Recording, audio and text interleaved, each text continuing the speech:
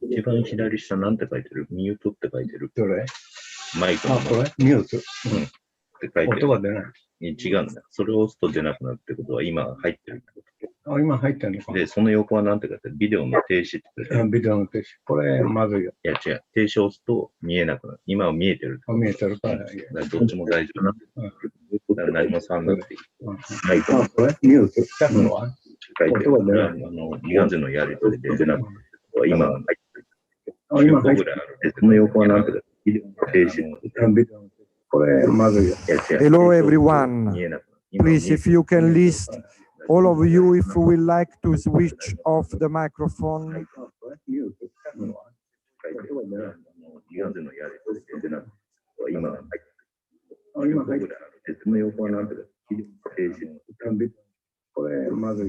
Hello everyone. Please, if you can list all of you, if we would like to switch off the microphone.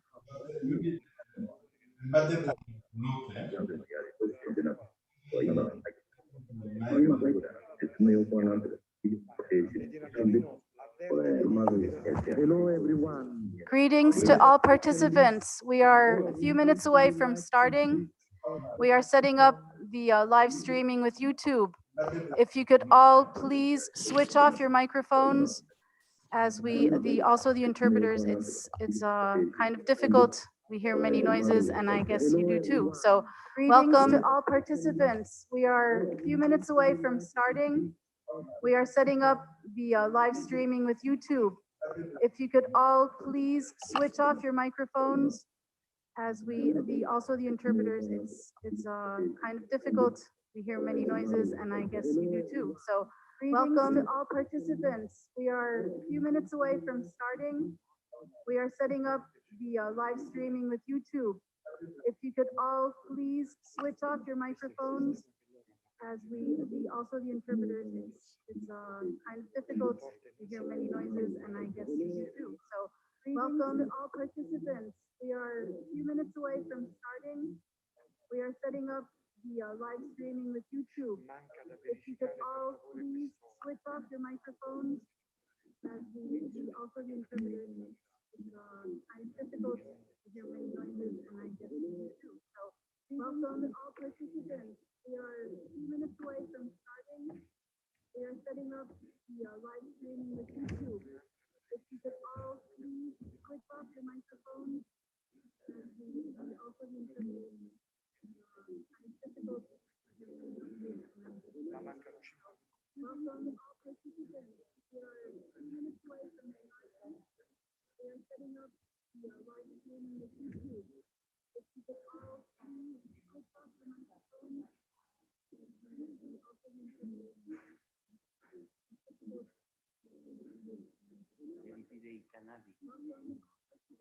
I canali no, non glieli devono dire, li trovano loro quando fanno ce li scelgono, fanno loro quando no, questo è l'ultimo qui perché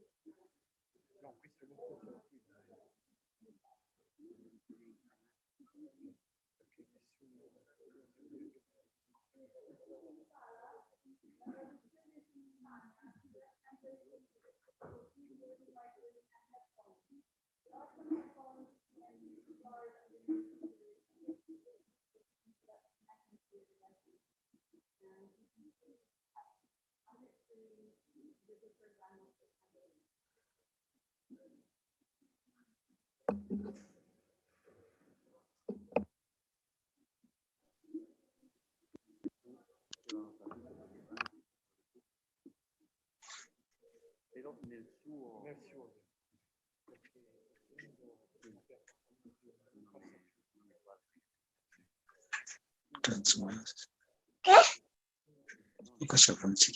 perché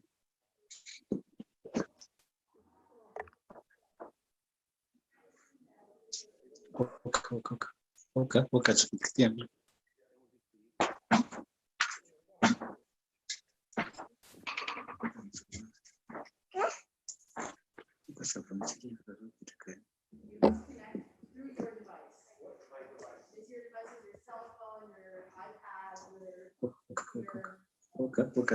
don't have an email or any of those instructions. No. Thank you.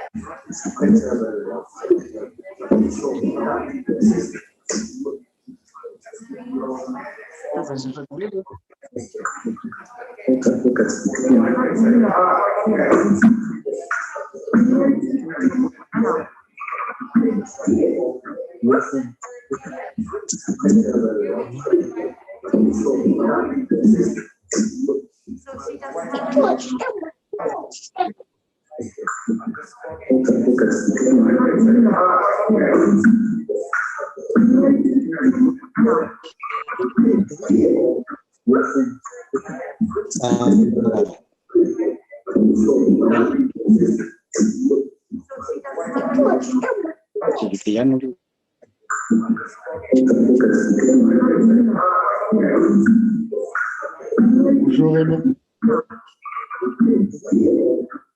Ça va? Merci d'être là. Content?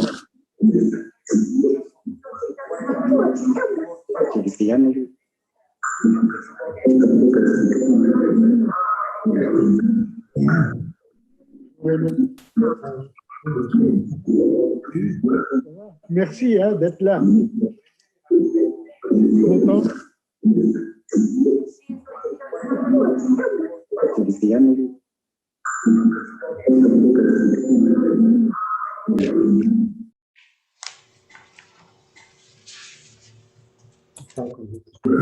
Merci d'être là.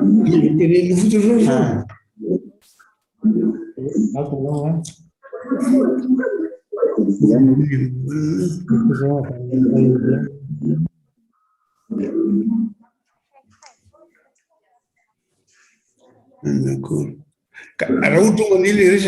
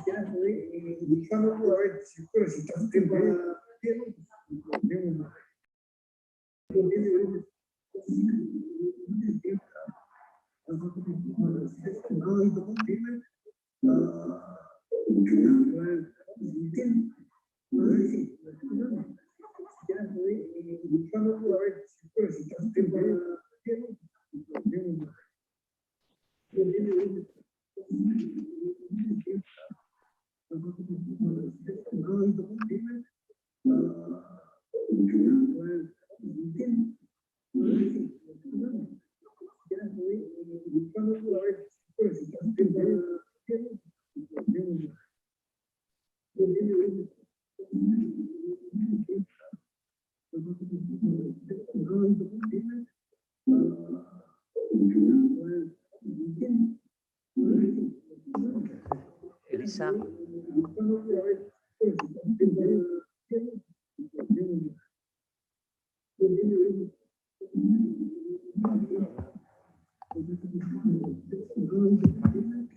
Greetings. We will now begin our conference. Welcome to all.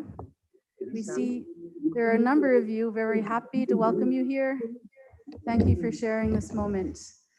Now, some technical points to make this video conference go smoothly. Greetings. There are many of us, so we have to be very precise so everyone can participate. Happy to welcome you here. Please. Now, some technical. There will be some time for discussion and question and answers. Conference goes smoothly, and you can raise your hand. So at these moments, if you wish to participate, so everyone and you will be given the floor. So there will be different sessions. Each session will have a chair and some panelists as you received on the program. And if you have any questions, please use the chat and we will try to answer and every question you may have.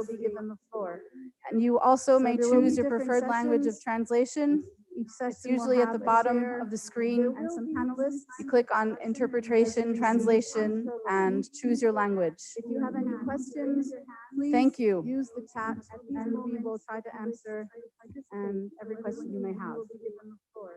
And you also may choose your preferred language of translation. It's usually at the bottom of the screen. And some panelists. You click on interpretation, translation, and choose your language. If you have any questions, thank you. Use the chat and we will try to answer and every question you may have. And you also may choose your preferred language of translation. It's usually at the bottom of the screen. Click on interpretation, translation, and choose your language. If you have any questions, thank you. Use the chat and we will try to answer. Okay, we are ready to begin. I will speak in Italian if it's possible, or in Spanish if you prefer, because I'm Spanish.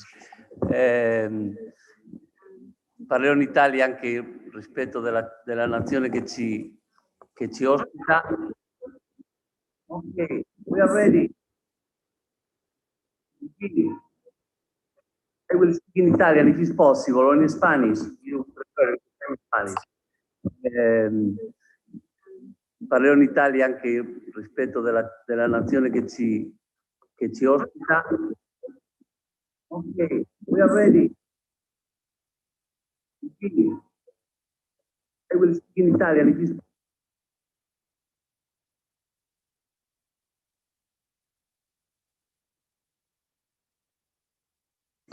Abbiamo alcuni problemi tecnici, dovete avere pazienza. Non è facile.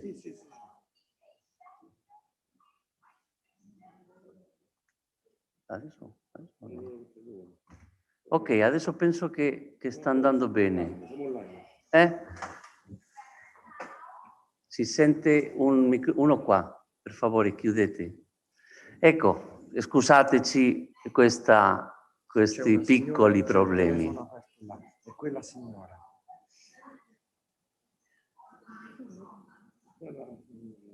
Non mettere le cuffie, non funzionano le cuffie, ma tutte le telefonino. Adesso la faremo sparire.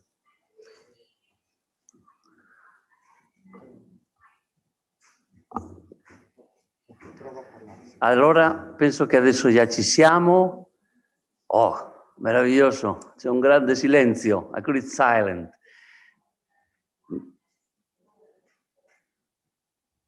Allora, prima di tutto benvenuti, welcome.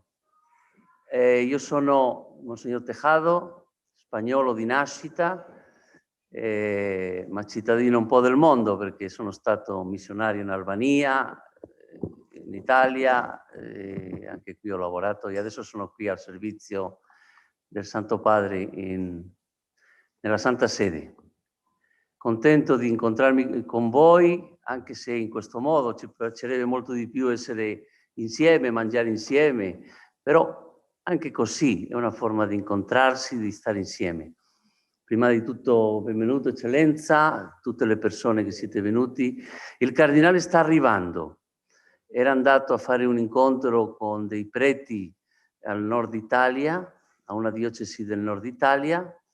Tornando, mi ha appena telefonato, hanno trovato un incidente sull'autostrada e sta ritardando un po'. Era previsto che arrivasse per l'una e dovrà arrivare in brevi momenti. Lui comunque ci darà la sua relazione, parlerà con noi e sarà con noi appena arriva. Anche il segretario del Dicastero sta arrivando anche lui.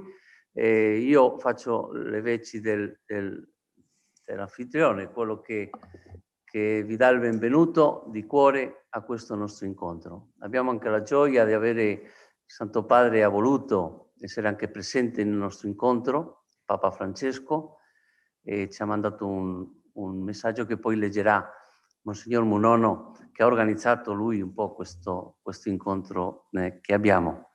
Vi saluto, ripeto, a nome del Cardinal Tucson, che sarà con noi, vi saluterà anche lui di persona.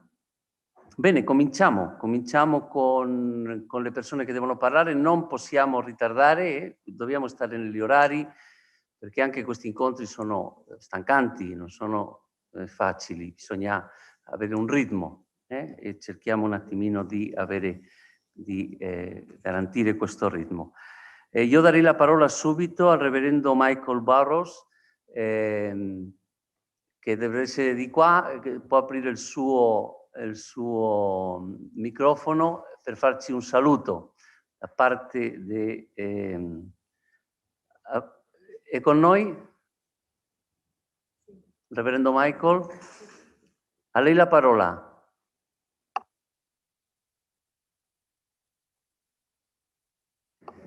You can open your microphone, please, Father Michael.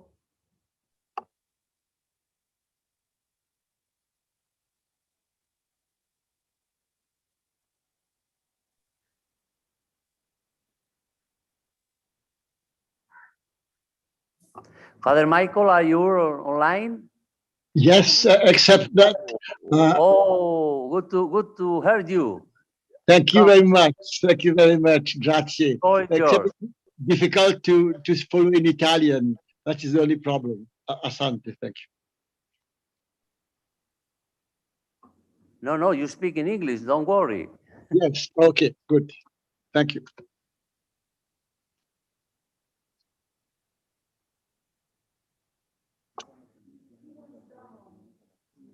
You invite you there.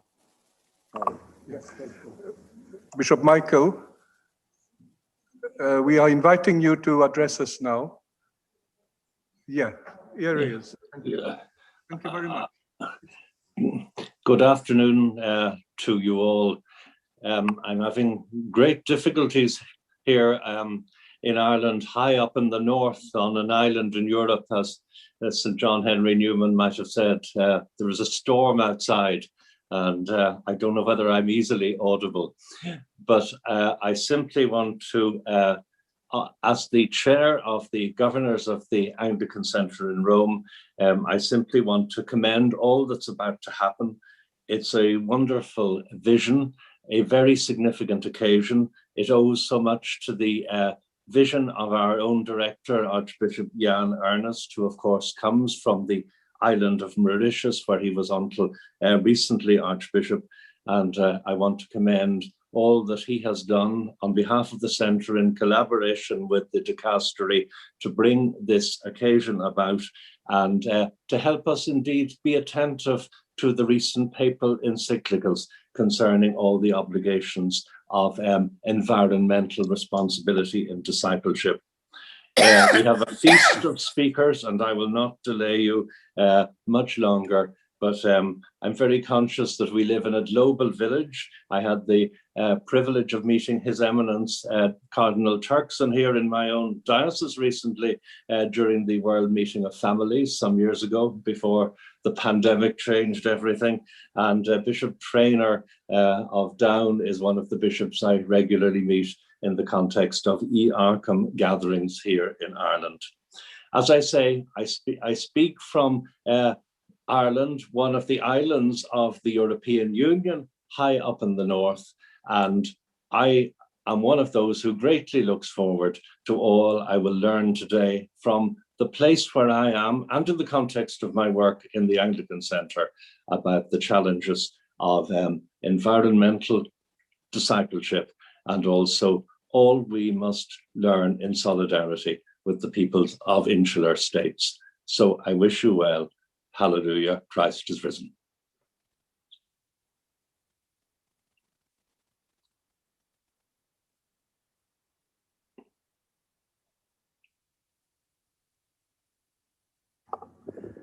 Thank you very much, Bishop.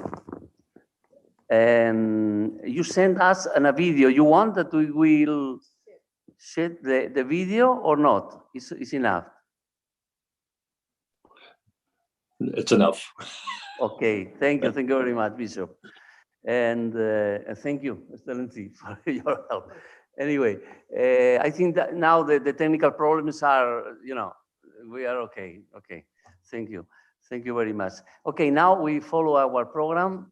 Monsignor Munono will, we have now the words of the Holy Father, Pope Francis, that sent for this meeting.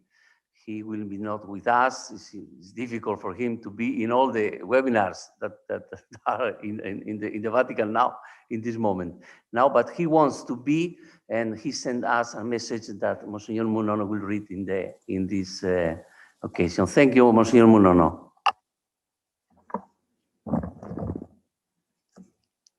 Thank you, Monsignor Secundo. To Cardinal Peter Turkson, Prefect, Dicastery for Promoting Integral Human Development. On the occasion of the online conference, Building Fraternity, Defending Justice, Challenges and Opportunities for Insular Peoples, to be held on the 21st of May, 2021, under the auspices of the Dicastery for Promoting Integral Human Development and the Anglican Center of Rome, I would ask you to convey my greetings and prayerful best wishes to the organizers and to all taking part. I offer a particular greeting to His Excellency Wavel Ramkalawan, President of the Republic of Seychelles, and to His Grace Justin Welby, Archbishop of Canterbury, with appreciation for their participation. This important ecumenical initiative involving mutual dialogue, born of the wisdom and experience of various Christian traditions, offers an opportunity for believers, government leaders, and members of the broader civil society, especially the young, to address the particular challenges faced by island peoples. Many of them are exposed to extreme environmental and climate changes, resulting at times from an unbridled exploitation of natural and human resources. I think too of the various forms of poverty, hunger, social and economic injustice, and inequality that nowadays cause harm to all, but in particular to women and children. Tragically, these problems are bringing about not only environmental deterioration, but also a human and social deterioration that increasingly puts at risk the lives of the inhabitants of these island and sea territories. It is my hope that the conference will contribute to the development of practical international and regional policies aimed at meeting such challenges more effectively and strengthening the awareness of everyone's responsibility to care for our common home. In these months of pandemic, we have become even more conscious of our fragility and consequently of the need for an integral ecology that can sustain not only physical ecosystems, but human ones as well. Since everything is interconnected, genuine care for our own lives and our relationships with nature is inseparable from fraternity, justice, and faithfulness to others. For this reason, an attitude of solidarity and respect for each person created in God's image and likeness is all the more necessary in uniting sincere love for our brothers and sisters with an unwavering commitment to resolve the environmental and social problems affecting those living in island and maritime areas. I'm grateful for the ongoing efforts being made to build fraternity and defend justice in the societies of these regions. And I trust that the work accomplished during this meeting will be a sign of the important role that island peoples can play in furthering the growth of a more human and inclusive world. With these sentiments, I cordially invoke upon the participants in the conference God's blessings of wisdom, strength, and peace. Rome, from St. John Lateran, 21st May, 2021, signed Francis.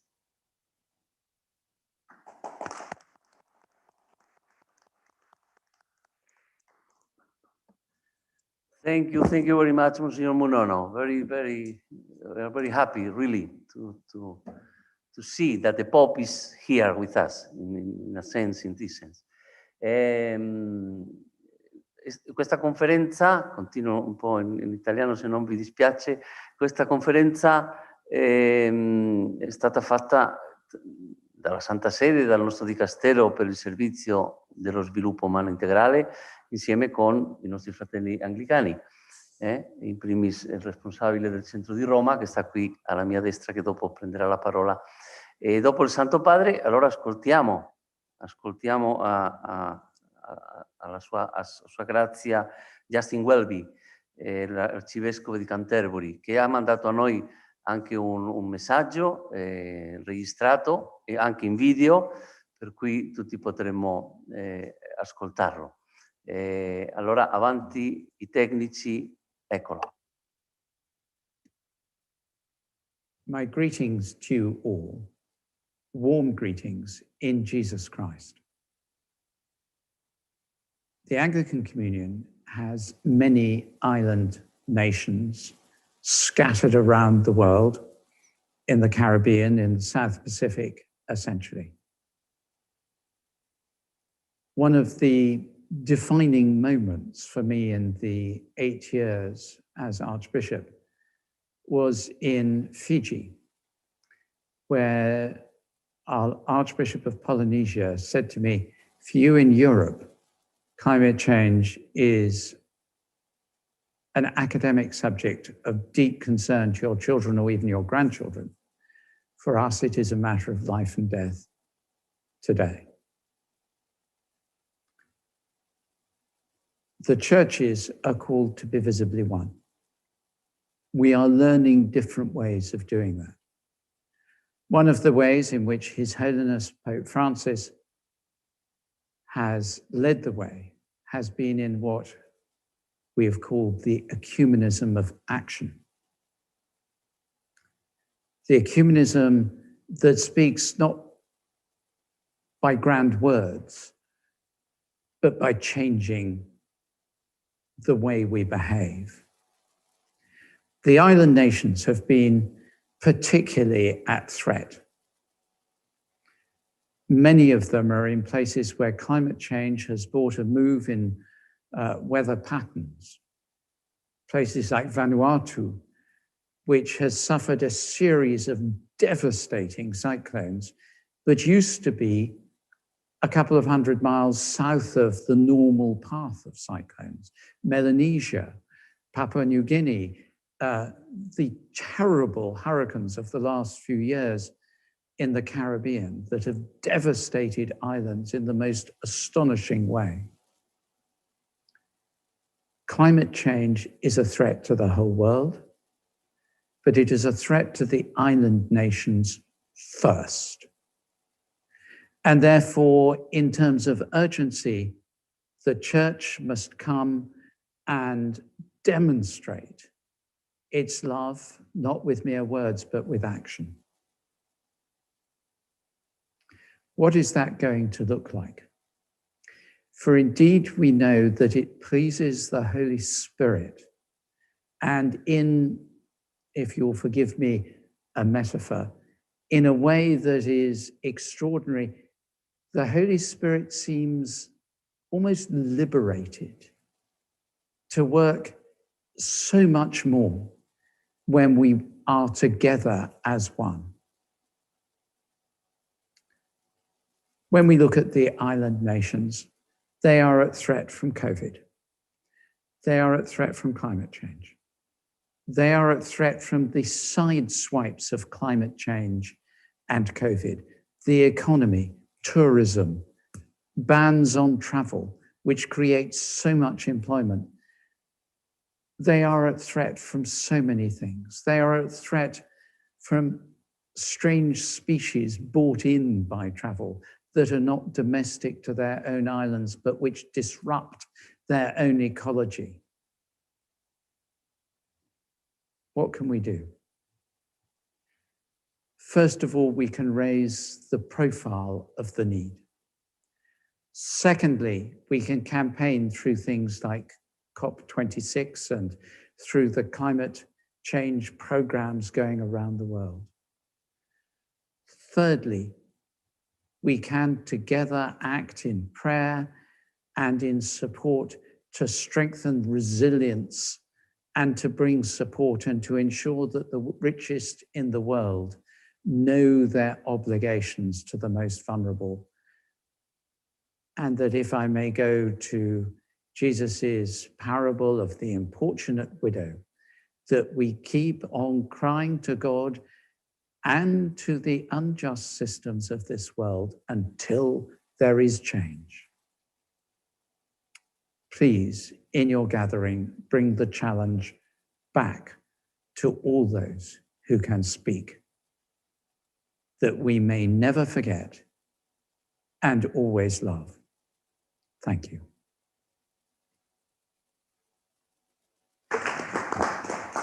Thank you very much, His Grace, Archbishop of Canterbury.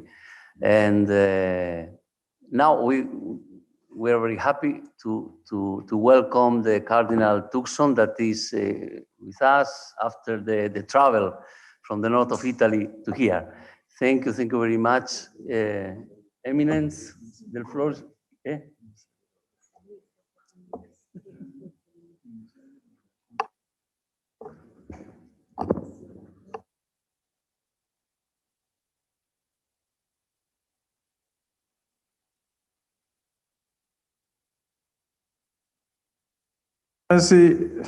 Dear Bishop, Your Grace, and all of you, dear participants, you've been welcomed already by the dicastery, and it's just to express our great joy at having the opportunity to be part of this event, expressing our solidarity and sentiments of closeness to very many people living under these conditions.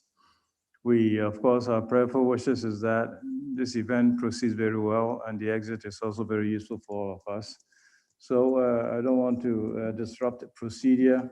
So we'll have Monsieur Secundo continue the moderation and at the opportune moment, probably also, chip in a word or two. Thanks. Thank you, Eminence. Welcome in our meeting. We just read the message of the Pope, and we see in a video registration the message of the Archbishop of Canterbury. Now is the time to begin the first session, common issues. We have half an hour for this session, and in which we will have the keynote speech of His Excellency Warel Ramkalawan, the President of the Republic of Seychelles. But before he begins to speak to us, I want to introduce Archbishop Ian Ernest, Director of the Anglican Center in Rome. Excellency, the floor is yours. Thank you very much. Your Eminence, Your Excellency, Monsignors, distinguished brothers and sisters from around the world, good afternoon. What a unique privilege and joy it is for me as the representative of the Archbishop of Canterbury to the Holy See and as director of the Anglican Center to be associated with the Dicastery for Integral Human Development for the sake of God's kingdom. May I thank you personally, Cardinal, for the collaboration that we have received for the past 2 months in the preparation of this August Assembly. It gives me an opportunity to highlight with a sense of purpose the message of His Grace, the Archbishop of Canterbury, who urges us to build a common vision that can open doors for collaborative work and to respond to the call of His Holiness Pope Francis for an ecumenism of action. This conference, grounded in an ecumenical initiative, wishes to serve the peoples of island nations by offering them a voice which would enlighten us. The voice will echo the several voices which will emerge from the depth of the oceans they belong to. It will express their own life experiences as they face the challenges of our time, and in the same breath will offer us glimpses of their own dreams and expectations for a world that gives due respect to God's creation and where justice and peace kiss each other. Friends, this conference is a gift to all of us, as it will allow us to seriously consider the concerns of those whose voices we seldom hear. Those who will be addressing us are wind changers, as they are motivated by spiritual values that gives them a real vision for change. They come from both the Roman Catholic Church and the Anglican Communion, and they are putting into gear a collaborative work that will surely give birth to an ecumenism of action. They know, because of first-hand experience, the direction to head in, and as we will hear them and see their actions, we shall discover that they lead by example. Our gathering this afternoon aims at manifesting to the world the commitments, the sacrifices, the creativity, and the moral authority of the men, the women, and the young people of these island nations. They can make all the difference and change the wind. So may I invite you to catch their vision and hear the voices of those who believe that they have a role to play and a responsibility to assume when it comes to build fraternity and defend justice. Friends, the history of island peoples can be changed if the social movements of their respective nations are solidly anchored in a spiritual foundation. This is where an ecumenism of action can come into play. I have now the pleasure of introducing His Excellency, the President of the Seychelles, Reverend Warel Ramkalawan, whose ministry as an Anglican priest have brought him to listen to the plight of his people and to identify himself to their dreams. For more than 30 years, he has patiently worked to build up an awareness in his people of the necessity to be together, to work together, to walk together for the sake of the welfare of the nation. Today, as a president who has gathered a wealth of experience, he is putting in place foundational values which can sustain the vision of his people to enjoy the fruits of creation which the Seychelles is endowed with. May I now invite you, Mr. President, to please address us. Thank you. Thank you very much, Archbishop Jan. It is indeed a pleasure for me to be participating in this most august event. I have prepared a speech, and I will share that with you. And let me, okay, yes. Now let me check the technology, and that's right. Share. There we are.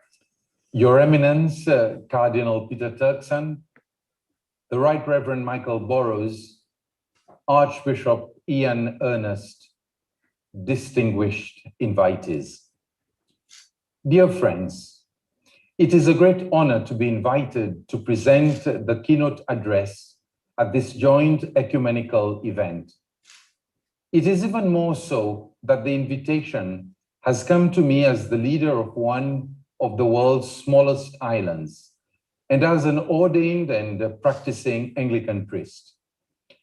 Nothing shows better that in the search for global peace and justice, all voices count. Small island states seek recognition, and it is heartening that the theme of this online conference includes the words challenges and opportunities for insular peoples. Too often, simply because we are small, we are ignored on the world stage. But as I will show, we share the unique experience of being islanders surrounded by the great seas that cover most of the planet.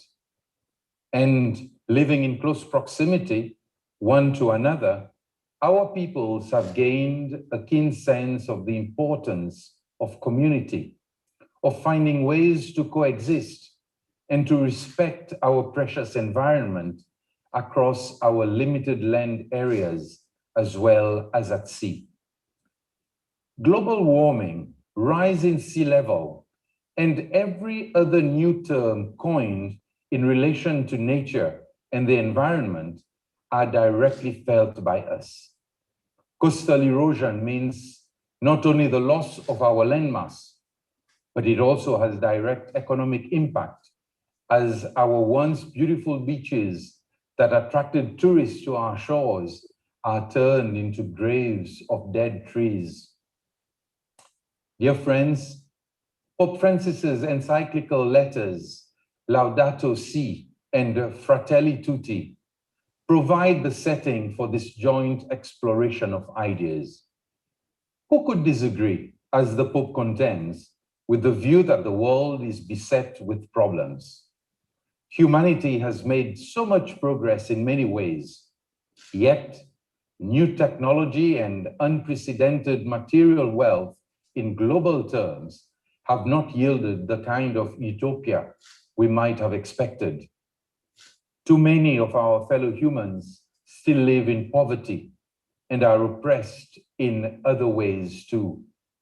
Our environment has been degraded without thought for future generations. And not a day goes by without hearing of conflict in one part of the world or another. That, very sadly, is where we are now. One can only be inspired by the way Pope Francis looks at humanity and the challenges we face. It is obvious that there has been a constant manipulation and deformation of concepts such as democracy, freedom, and justice.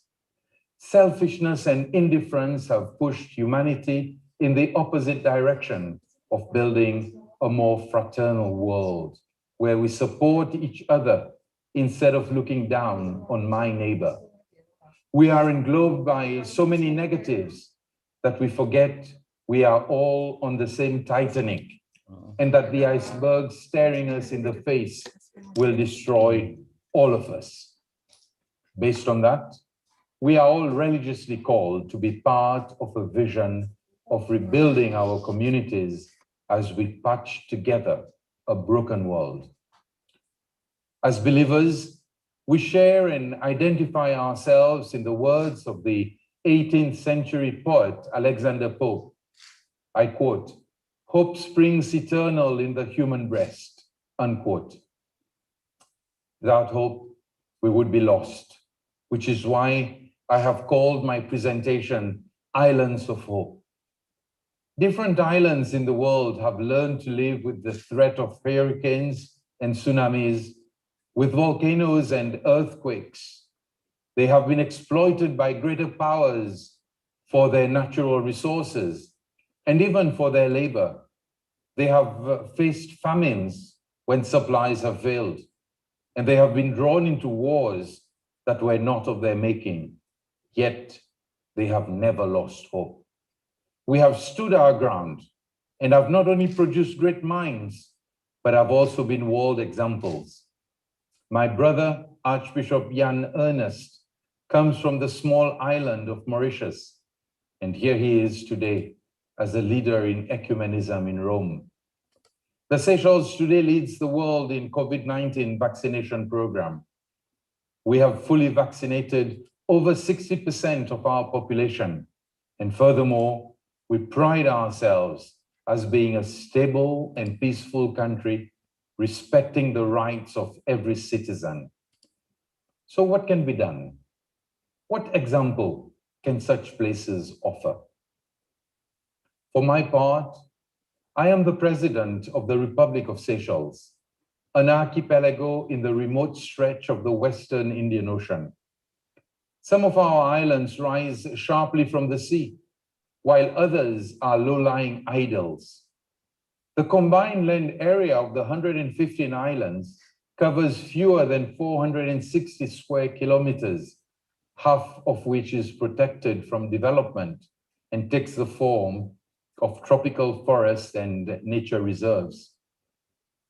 But the land is minuscule compared with the vast area of oceanic space, some 1.374 million square kilometers within our jurisdiction.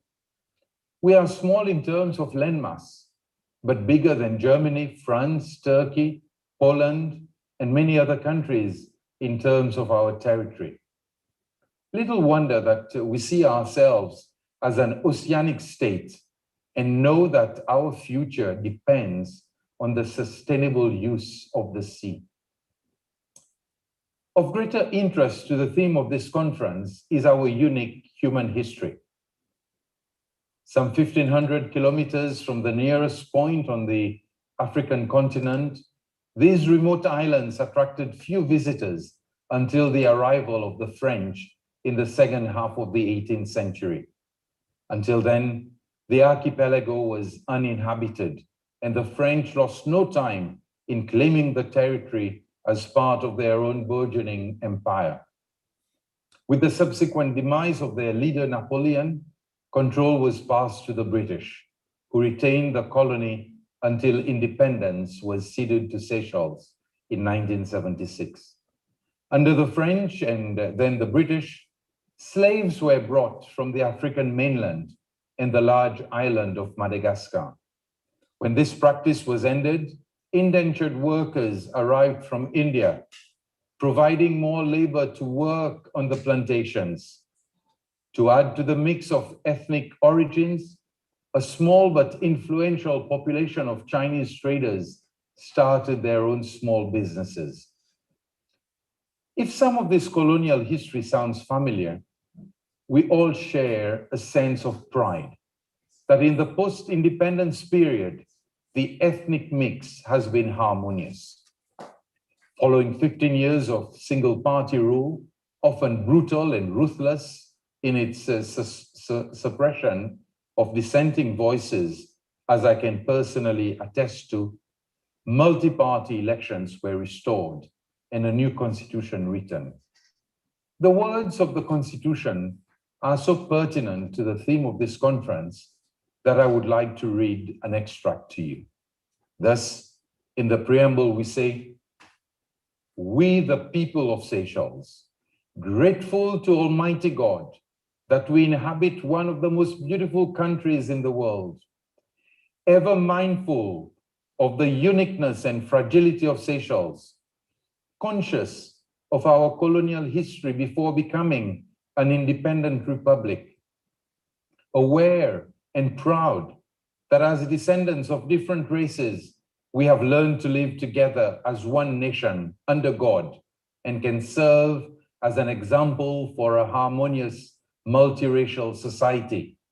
Having attained national stability and political maturity, despite the pressures of a sadly divided world, desirous to build a just, fraternal, and humane society in a spirit of friendship and cooperation with all peoples of the world, recognizing the inherent dignity and the equal and inalienable rights of all members of the human family as the foundation for freedom, justice, welfare, fraternity, peace, and unity, reaffirming that these rights include the rights of the individual to life, liberty, and the pursuit of happiness, free from all types of discrimination.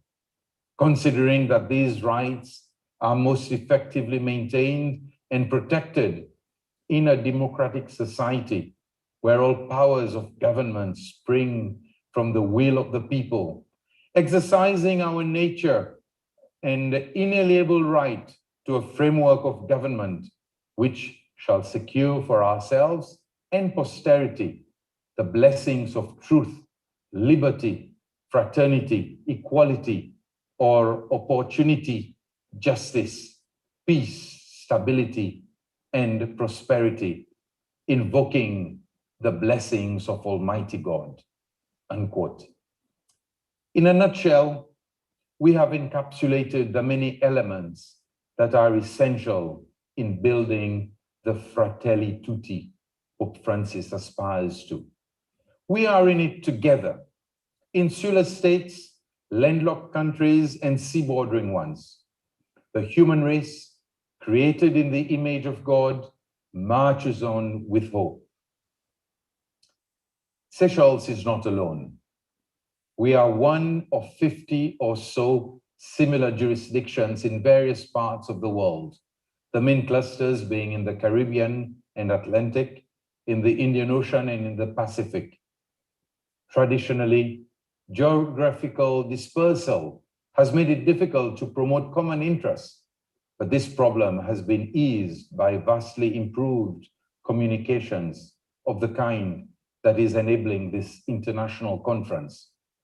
The voice of these small states can now be heard. And loudest of all is the call to mitigate climate change, which in some cases threatens the very existence of low-lying islands. There is also, in all that they say, a constant emphasis on sustainability. Development of these islands cannot come at any cost. It must be sustainable. Oceans are beautiful, but are we respecting them? The pillage that is happening without proper awareness that removing all the resources will lead to dead oceans will destroy our existence. I'm scared when I realize that even with the scientific knowledge at our disposal, we are simply not following the forecast. We condemn ourselves to further destruction when we tear down forests, change the course of rivers, and massacre species to a state of extinction. Humanity has to change course, or else we are headed for the iceberg. We are constantly reminded of the vulnerability of our mere existence daily. What will the planet look like in another 100 years at the pace we are going? The Maldives may no longer be in existence. Seychelles will no longer be an archipelago of 115 islands. The coastline of Mauritius will be further inland, but so will that of many continental countries. It will indeed be a catastrophe as far as population displacement is concerned, with less landmass. Much awaits us. Thus, the time to act is now. Humanity has to come together, not as a matter of choice, but rather for survival. COVID-19 has merely been an alarm bell. Worse will hit us unless we accept the promise from the Almighty, as Prophet Ezekiel reminds us, and I quote, "A new heart also will I give you, and a new spirit will I put within you, and I will take away the stony heart out of your flesh, and I will give you a heart of flesh," unquote. Each of the island states has its own problems, but are also models of exemplary practice. In my own region, for instance, each of the small island states now has its own university. Some of these practices and some of the places of learning were formed barely more than a decade ago. Invariably, they are small institutions reflecting their population catchment, but all can point to the enthusiasm of young people who want to improve their own life chances and those of their countries. There is hope embedded in this inspiring trend. Thanks God for the spirit of youth who see knowledge, protection of the environment, peace, and solidarity as basic tenets of living. They are the ones disrupting old, destructive cultures. We have to listen to our youth. Good policies will help to translate hope into material improvement. But my presentation is less about policies and more about the human energy that gives rise to hope in the first place. Where does that come from? What is it about small states that nourishes this energy? The answer, I believe, comes from the nature of islands themselves and the resultant character of islanders. Geography is the obvious starting point. The simple reality of pockets of land surrounded by sea. And when these places are inhabited, they become natural communities, in one sense, separated from the rest of the world. The people who live there were traditionally on their own, responsible for their own actions, and united in finding ways of survival. Thus, islanders are remarkably independent in spirit and inventive in what they do. Had they not been, they would not have survived. It is not surprising that islands have intrigued outsiders and that a succession of writers offer their own accounts of what is different. Quote, "Big places are blurry, but small islands are pin sharp," unquote, writes one observer. Separated from other lands by the sea, islands have lent themselves easily to myth and folklore. But for those who live there, they are real places, as I can myself testify as a lifelong islander. In spite of generations of dreamers who imagine islands in one way or another, islands are real places. I live and work with the people of Seychelles, who grew up when there was less contact with the outside world. I also minister to them. Now it is very different with phone lines and the internet, with planes arriving at the international airport from all parts of the world, with our very existence in the shadow of major powers. We retain a strong sense of identity, and our sovereignty is jealously guarded. We are Seychellois, islanders. But like every other human, wherever they live, we are also citizens of the world. The challenges we face cannot be met on our own. Climate change is a global issue, and so is food security. National security depends on what others do, as well as what actions we take ourselves. Our access to science and technology cannot rely on our own practitioners. Collaboration is the key to survival. Cooperation, the spirit we must bring with us. We are an island people, but we live in an interconnected world. Dreamers who once thought they could cut themselves off from the rest of society were mistaken. To use a much cited line by the 17th century poet John Donne, I quote, "No man, nor indeed woman, is an island entire of itself. Every man is a piece of the continent." From the small island states, we bring values and characteristics born of our traditions, challenges, and the unique livelihood that islands have bestowed. Our voices should be heard, but we would be misguided if we believed that we alone had all the answers to the world's problems. The only way forward to champion the values of fraternity and justice is to do so alongside others. Dear friends, it has been a great privilege and an honor to share my thoughts with such a committed network of believers. Networks such as this offer our greatest source of hope. No island is too small to be a part of this endeavor. No country too large to claim a monopoly of ideas. Let us continue with humility, but also with greater determination in our joint efforts to secure a better world, one which is fair and where all humans and nature feel as one. This ecumenical dialogue shows how it can be done. I thank you.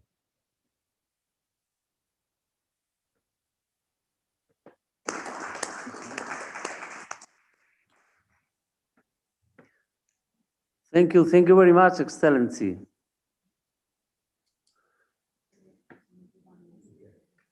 Thank you very much.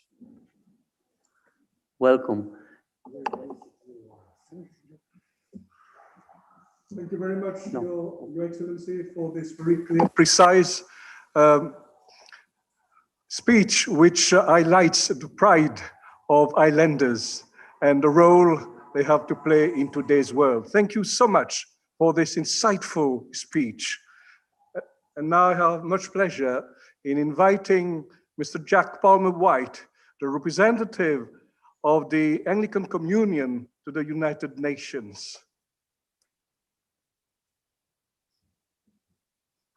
Thank you, Archbishop Ian.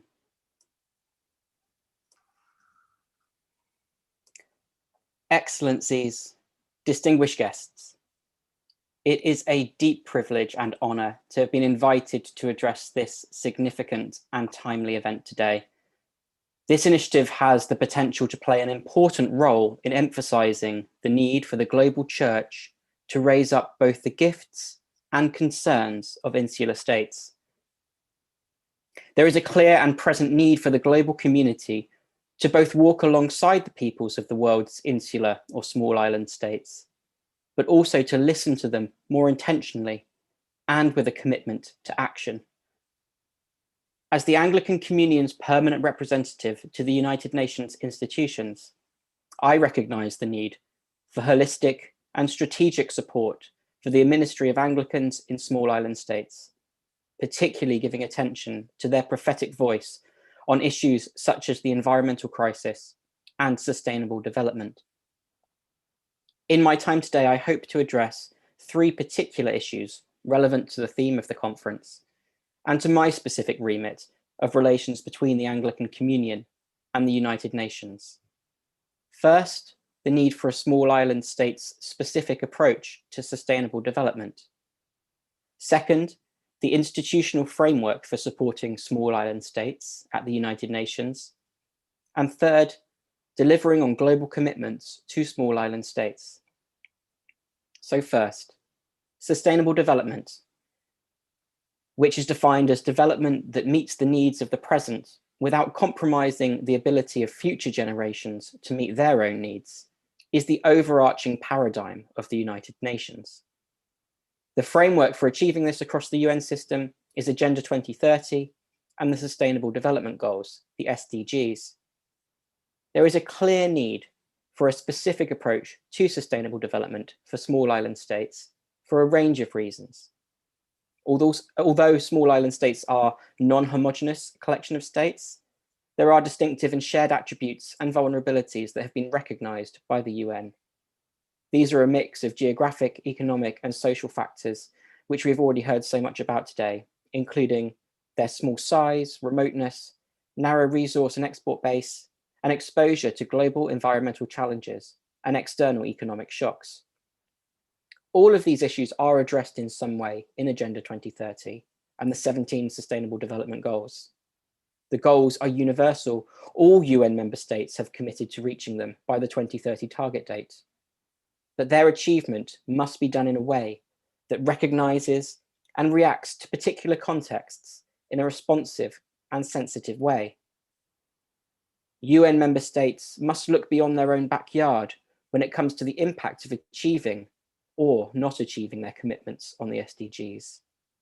And in light of that, I now move on to the second part of my remarks on the institutional framework for supporting small island states at the United Nations. The distinctiveness of small island states in relation to sustainable development was first recognized formally in the UN system at the 1992 UN Conference on Environment and Development, also known as the Rio Conference or the Earth Summit. These distinctive gifts and vulnerabilities are therefore integral to the UN's understanding of sustainable development. If they are not addressed, then genuine sustainable development will elude us all. Since 1992, there have been a number of ways in which the UN system has sought to recognize the distinctive nature of small island states. Despite the clear call in the Earth Summit Action Plan, known as Agenda 21, for the cooperation and assistance of the international community, this recognition has often been long fought for by small island states and their representatives themselves, rather than the wider UN community. Given limited time today, I will highlight just 3 particularly important UN processes in which the distinctive position of small island states has been recognized, but must be acted on through full implementation of commitments. First, the Small Island Developing States Accelerated Modalities of Action, or Samoa Pathway, is the most recent attempt by the UN to support small island states. The pathway is a 10-year program of action to promote international assistance to address the challenges facing small island developing states, and was agreed at the 3rd International Conference on Small Island Developing States, which took place in 2014. With just 3 years of the current program of action remaining, the ongoing challenges of identifying sustainable sources of funding, combating the devastating impacts of climate change, and building economic and environmental resilience remain in urgent need of genuine action.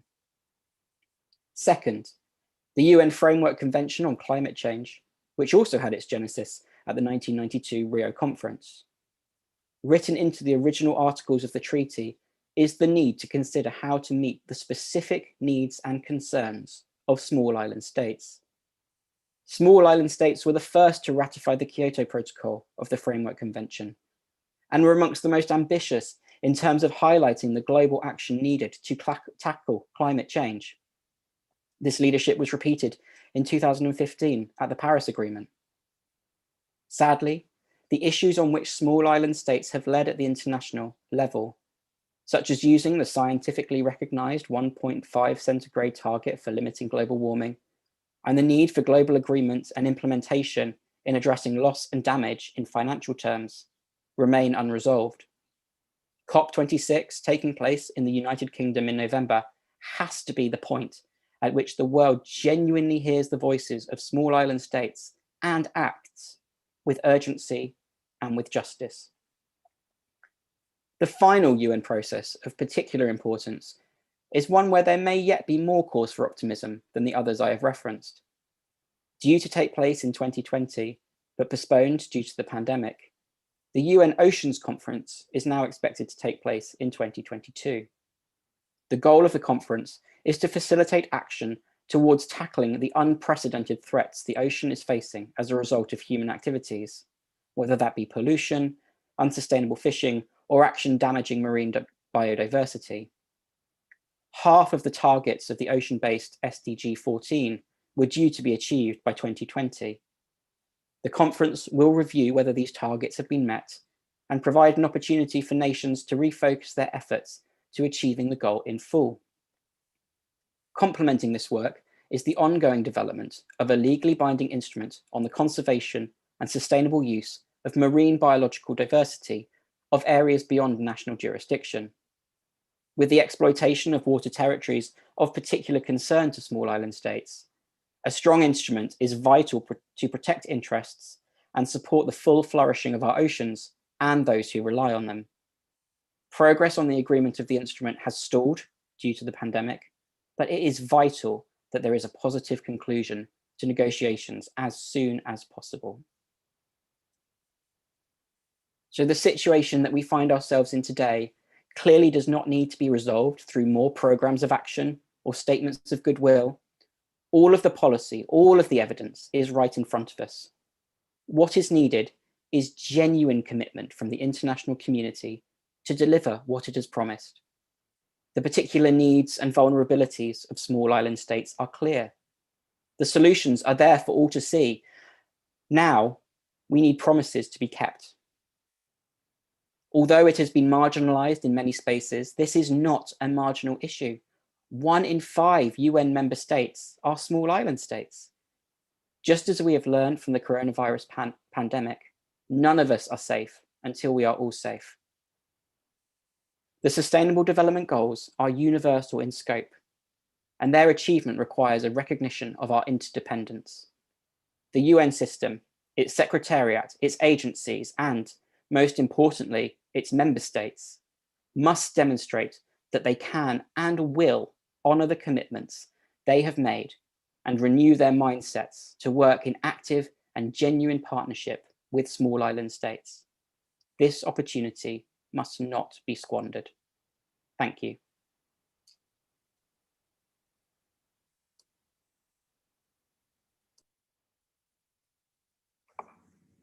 Mr. Palmer-White, thank you very much for your contribution to this important conference. And you've laid emphasis on the need for us to collaborate. And now the UN and the Anglican Communion and other bodies are working towards mobilizing their efforts to protect the interests of island states. And you've laid also stress on the need for us to demonstrate the efforts that we can work together for the sake of protecting God's creation. Thank you so much for your contribution, Mr. Palmer-White.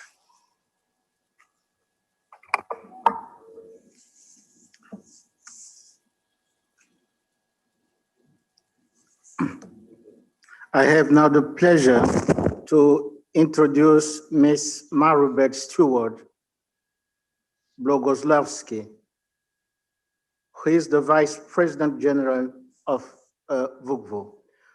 Mariberg was NCCW Province Director for the Archdiocese of Hartford and served on the International Commission and the Finance Committee. She has served as the Hartford ACCW President and Treasurer. She has served as the New Haven CCW President, Treasurer, and publisher of quarterly newsletter for members. She is a catechist, sacristan, extraordinary minister for communion, and caregiver coordinator for her parish, and is a Dame of the Equestrian Order of the Holy Sepulchre of Jerusalem. Mariberg, you have the floor. Thank you.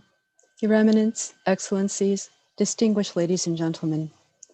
In preparation for this presentation from the perspective of civil society, I'm drawing on conversations held with friends, many of whom I have gained through my membership in the World Union of Catholic Women's Organizations, which for 111 years has supported the interests, prayed, and worked on the concerns of its members, now numbering over 9 million women throughout the world.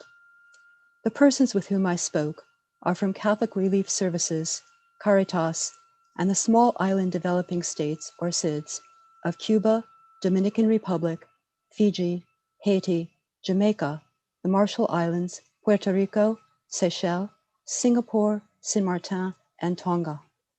As you can note from this list, some of these small island states have enjoyed more robust development than others. However, the list of urgent concerns that they share includes the following: climate change that has caused rising sea levels, fishery diminishment, acid rain, dying coral reefs, and increases in the occurrence and severity of natural disasters that have, in addition to severe immediate effects, led to population displacement and migration, primarily of the young, who are the hope and future of their nations, and resulting in the loss of transmission of traditional knowledge that is not just of great value to the local population, but can be of benefit to the entire world. Other human-induced environmental issues include disregard of ocean treaties, leading to fishery conflicts, as well as pollution of air and water, primarily from other countries, that adversely affect the vitally important tourist industries of the SIDS.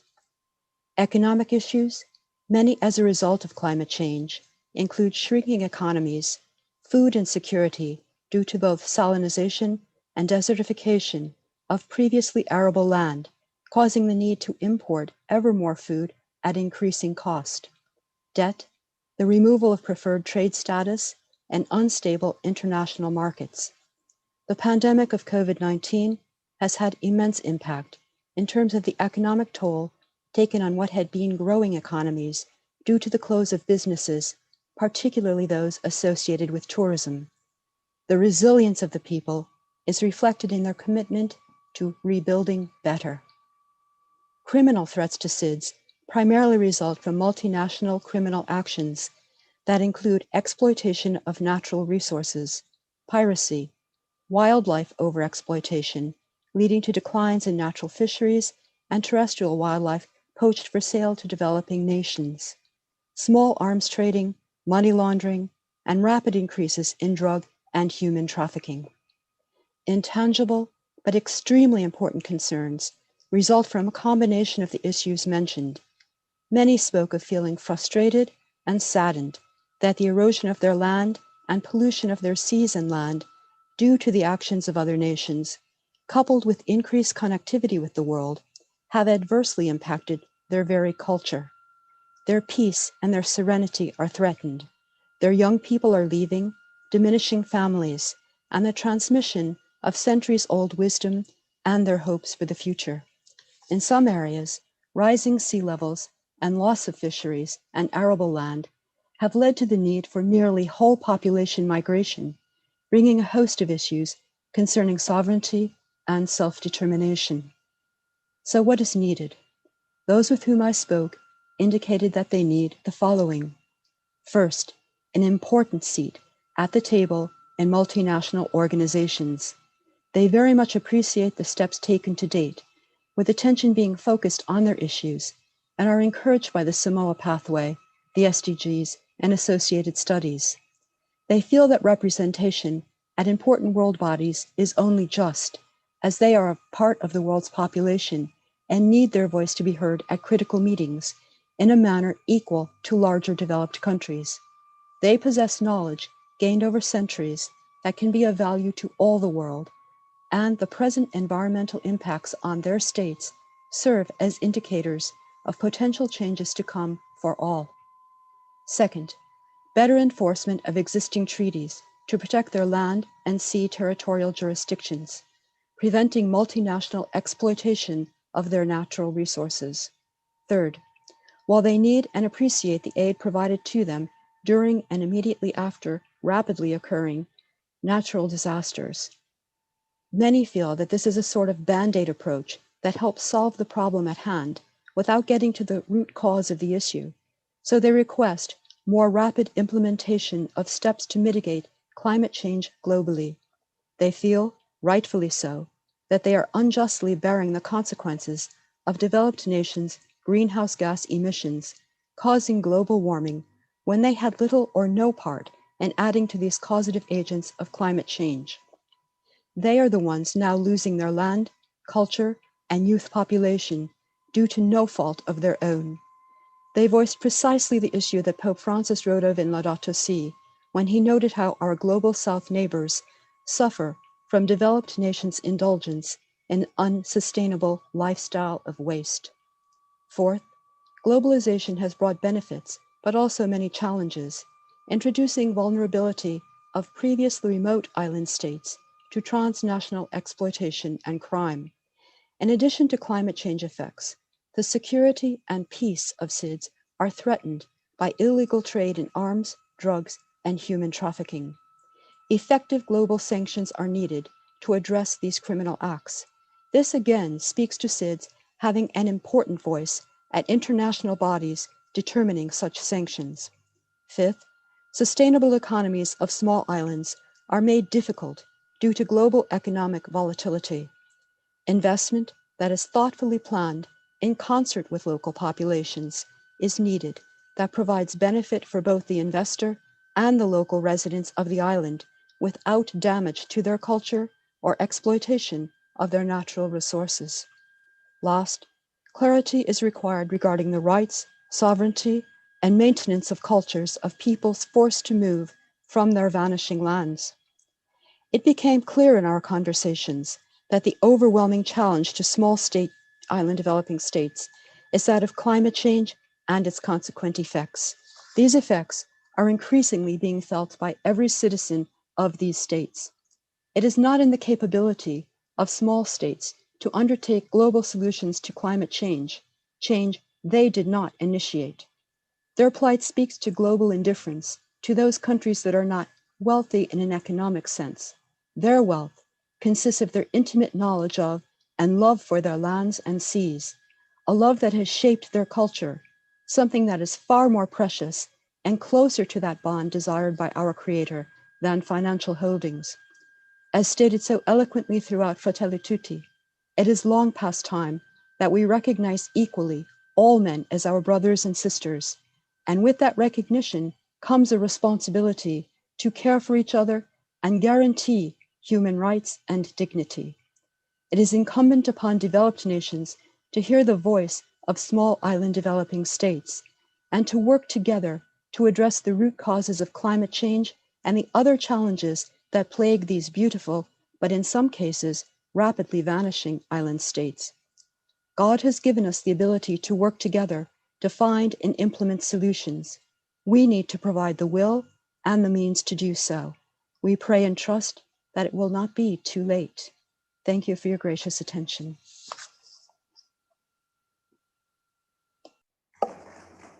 Thank you very much, Mariberg.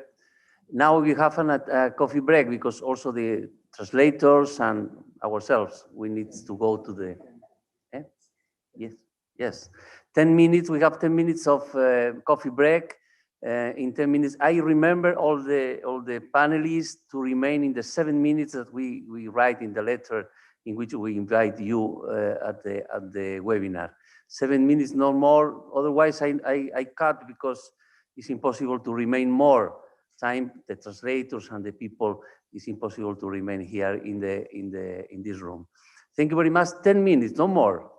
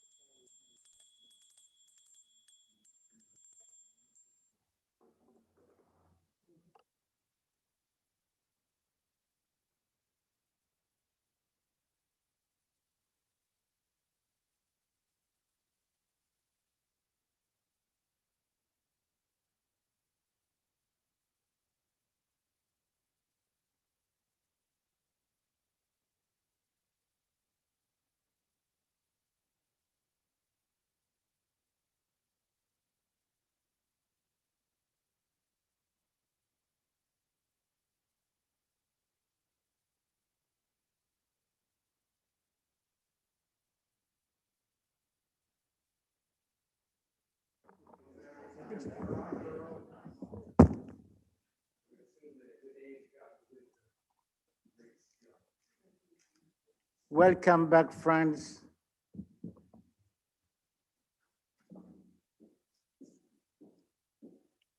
We are now starting the second session of this conference. It's a session on regional issues.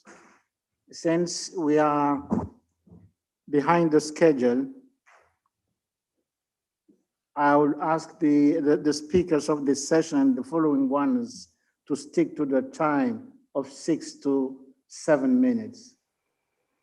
Otherwise, it would be very difficult to conclude this conference on due time. J'ai le plaisir maintenant d'accorder la parole au professeur Raymond Orangeva.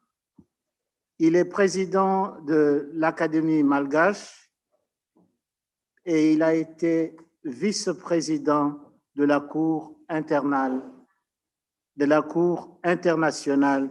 de justice. Professeur Orangeva, je vois que vous êtes en ligne.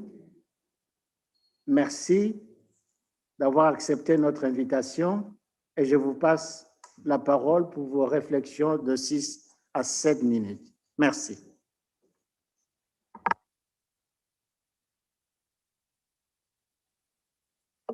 Open your microphone, please. Professeur Orangeva.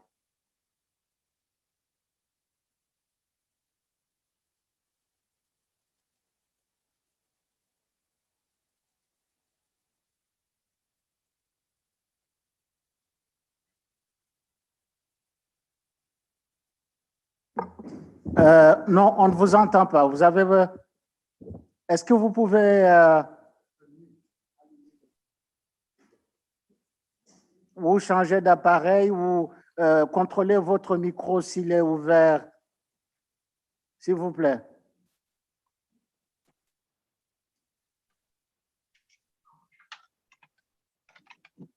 Alors, pour gagner.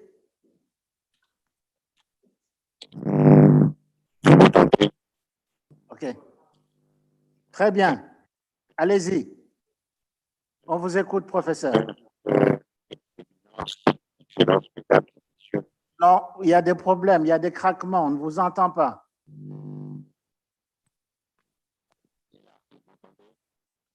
Non.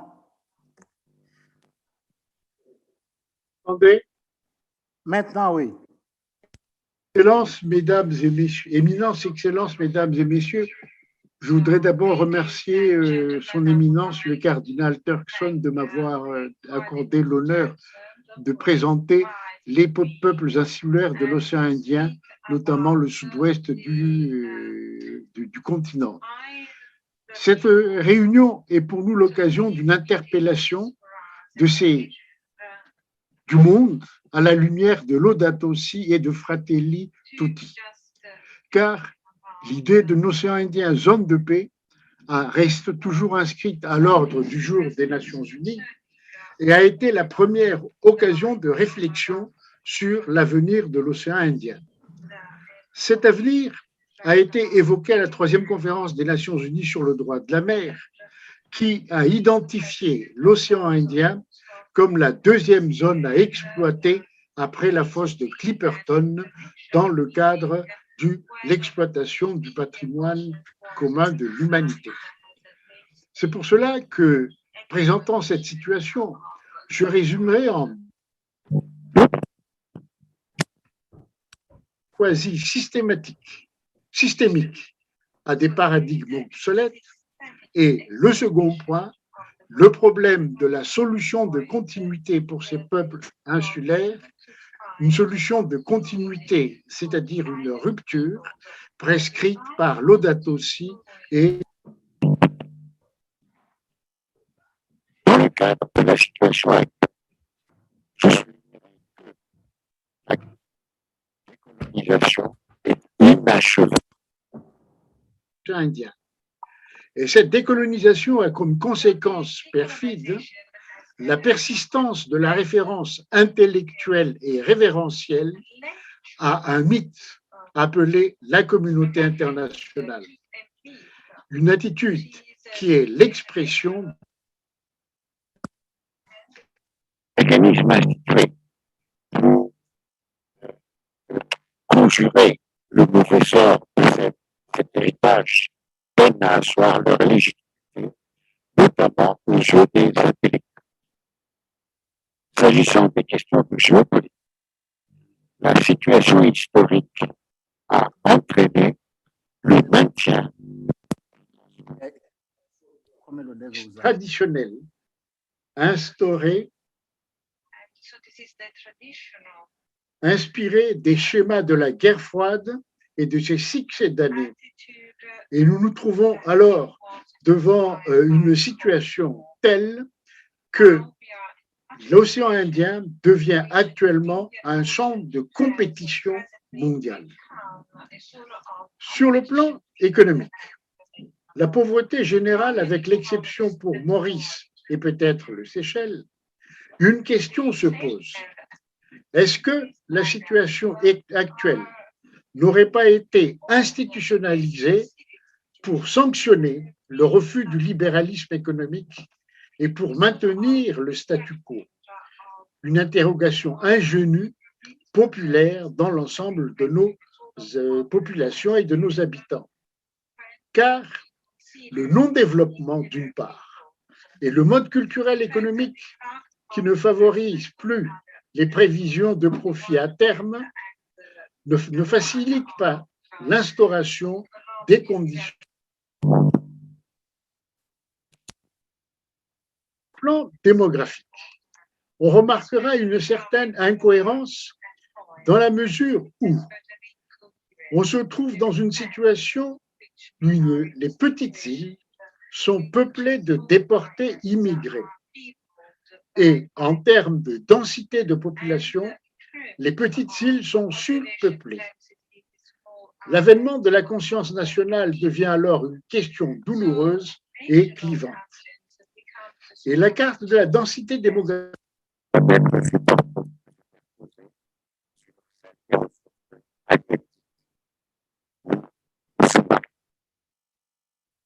cette dernière représentation. Non, professeur, on ne vous entend pas. Ça va? Oui. La superposition des cartes de la densité de la population et des ressources maritimes montre que les petites îles qui n'avaient pas de ressources naturelles autrefois accèdent souverainement aux ressources de leur espace maritime et à favoriser le développement d'un groupe politique de lobbying des petites îles qu'il faudra développer ou qui se développe au sein des Nations Unies. Ceci nous amène à nous demander, dans le cadre de cette introduction aussi, les propos ne s'interprète pas dans la mesure où la pauvreté ne serait pas la conséquence. Pas du tout, professeur. Contrôlez votre micro. Ben oui, mais je n'arrive pas. La pauvreté ne serait-elle pas la conséquence du refus de reconnaître la dignité de l'homme à ses peuples?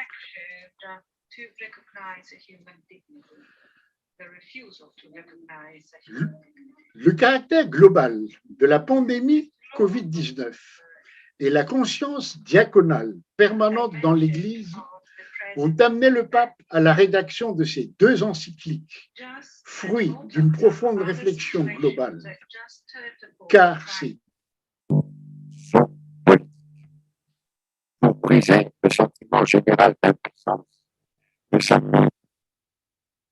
solidarité et le recours à la puissance de l'envoi afin d'éradiquer les douleurs dont le monde supporte les effets pervers. Dans le contexte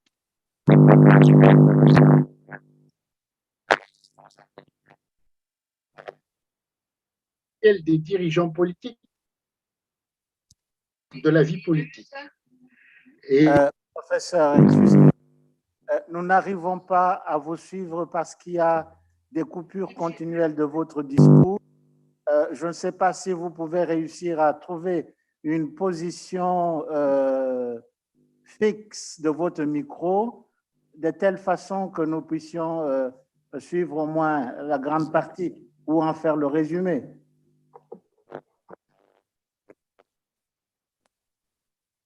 Monseigneur, le texte complet de mon intervention, et j'essaie quand même, et je vais essayer, ce sera plus facile. Technologiquement, je ne peux pas faire autrement, je ne maîtrise plus cette technologie.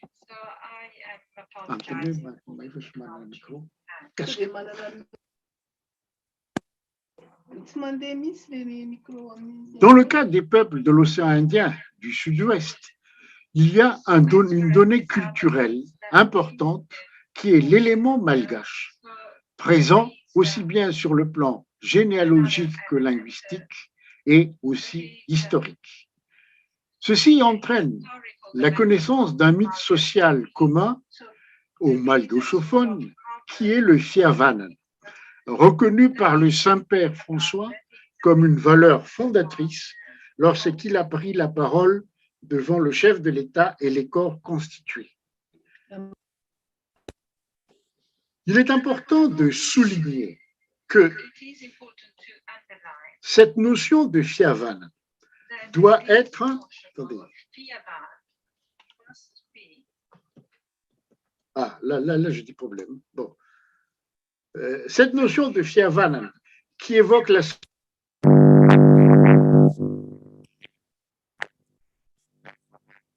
Professeur, est-ce que vous pourriez accepter une proposition de notre part, étant donné les problèmes techniques que nous rencontrons, que vous rencontrez de votre côté, si on peut passer à un autre speaker et éventuellement vous essayerez vers la fin de résumer en 2-3 minutes votre discours si les conditions techniques de votre côté le permettront, avec, n'est-ce pas, votre permission.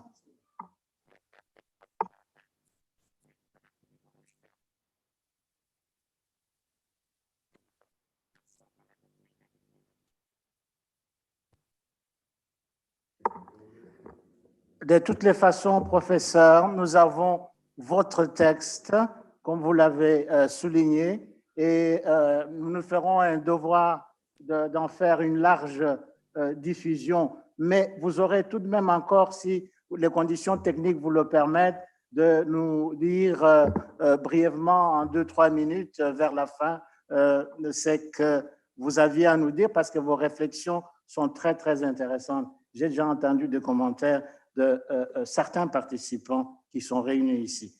Merci et nous espérons de vous retrouver plus tard.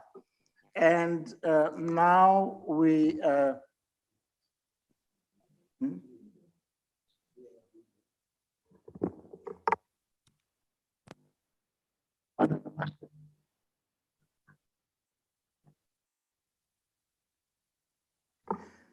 Okay, now we are moving to another direction towards the Philippines. From Mauritius and Madagascar to the Philippines. And we have to listen to Mr. Rodney Galicia, who is the Executive Director of Living Laudato Si in the Philippines. Mr. Galicia, are you connected? Are you online? Yes, Monsignor. Yes, we have your video, but if you are online, would prefer to hear your voice live. I will be playing the video, Monsignor.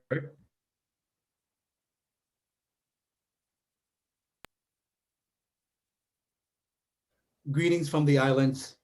I come from a small island called Sibuyan in the province of Romblon in the middle of the Philippines, and I grew up in a coastal area where early in the morning with bonfire, we usually waited for fishermen with their fish catch, hoping to be given free squids or small fish. Decades after, I realized that about 20 large mining companies are planning to destroy our island.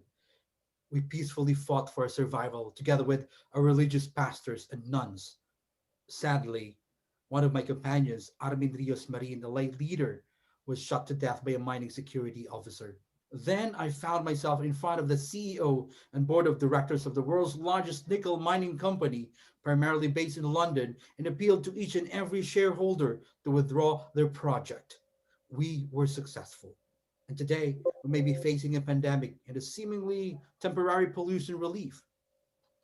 We may be successful, but we are facing this ecological crisis, greater than mining, greater than unsustainable infrastructure, greater than climate change. This is an existential crisis, an identity crisis which we forcefully separate ourselves from where we come from, that it is as if we own everything. The smaller islands like ours may be owned by those who have the political power and wealth which controls. Here in the Philippines, Typhoon Haiyan speaks to us of climate inaction, injustice, apathy, and irresponsibility. When will we listen and take action? When there will be no people to listen to? When our messages are buried with the rubbles left by storm surges and strong winds? This is the price of carbon, but we are confused. Why are we the ones paying almost every year? Climate debt must be settled. We continue to seek climate justice, and we need to sound the alarm for climate emergency. Yes, the root of all these turmoils is greed, profit for the sake of the few, of the powerful, of the wealthy, sacrificing the integrity of our fragile ecosystems, of our islands. But with the same zeal and vigor, we continue to stand in front of the many multi- and transnational corporations and financial institutions, their board and shareholders, their CEOs, to urge them not to finance this crisis. And as we commemorate the 500th year of Christianity in our islands, we look back with so much understanding and reflection. Our country's colonial history is no simple discussion, especially with the colonialist authorities' practices of land grabbing, abuses of indigenous and local communities leading to extinction of some indigenous cultures, and the lingering traces of gender inequality, discrimination, and other post-colonial impacts. May we never forget, but move forward with a deeper and richer understanding of our past. After all, forgiveness starts with memory. Today, we recognize the Catholic Church's and the whole Christian community's efforts in championing ecological protection, social justice, upholding indigenous peoples' rights, and the well-being of humanity as a whole. In this regard, we join the nation's churches in commemorating the establishment of our Christian faith in the archipelago.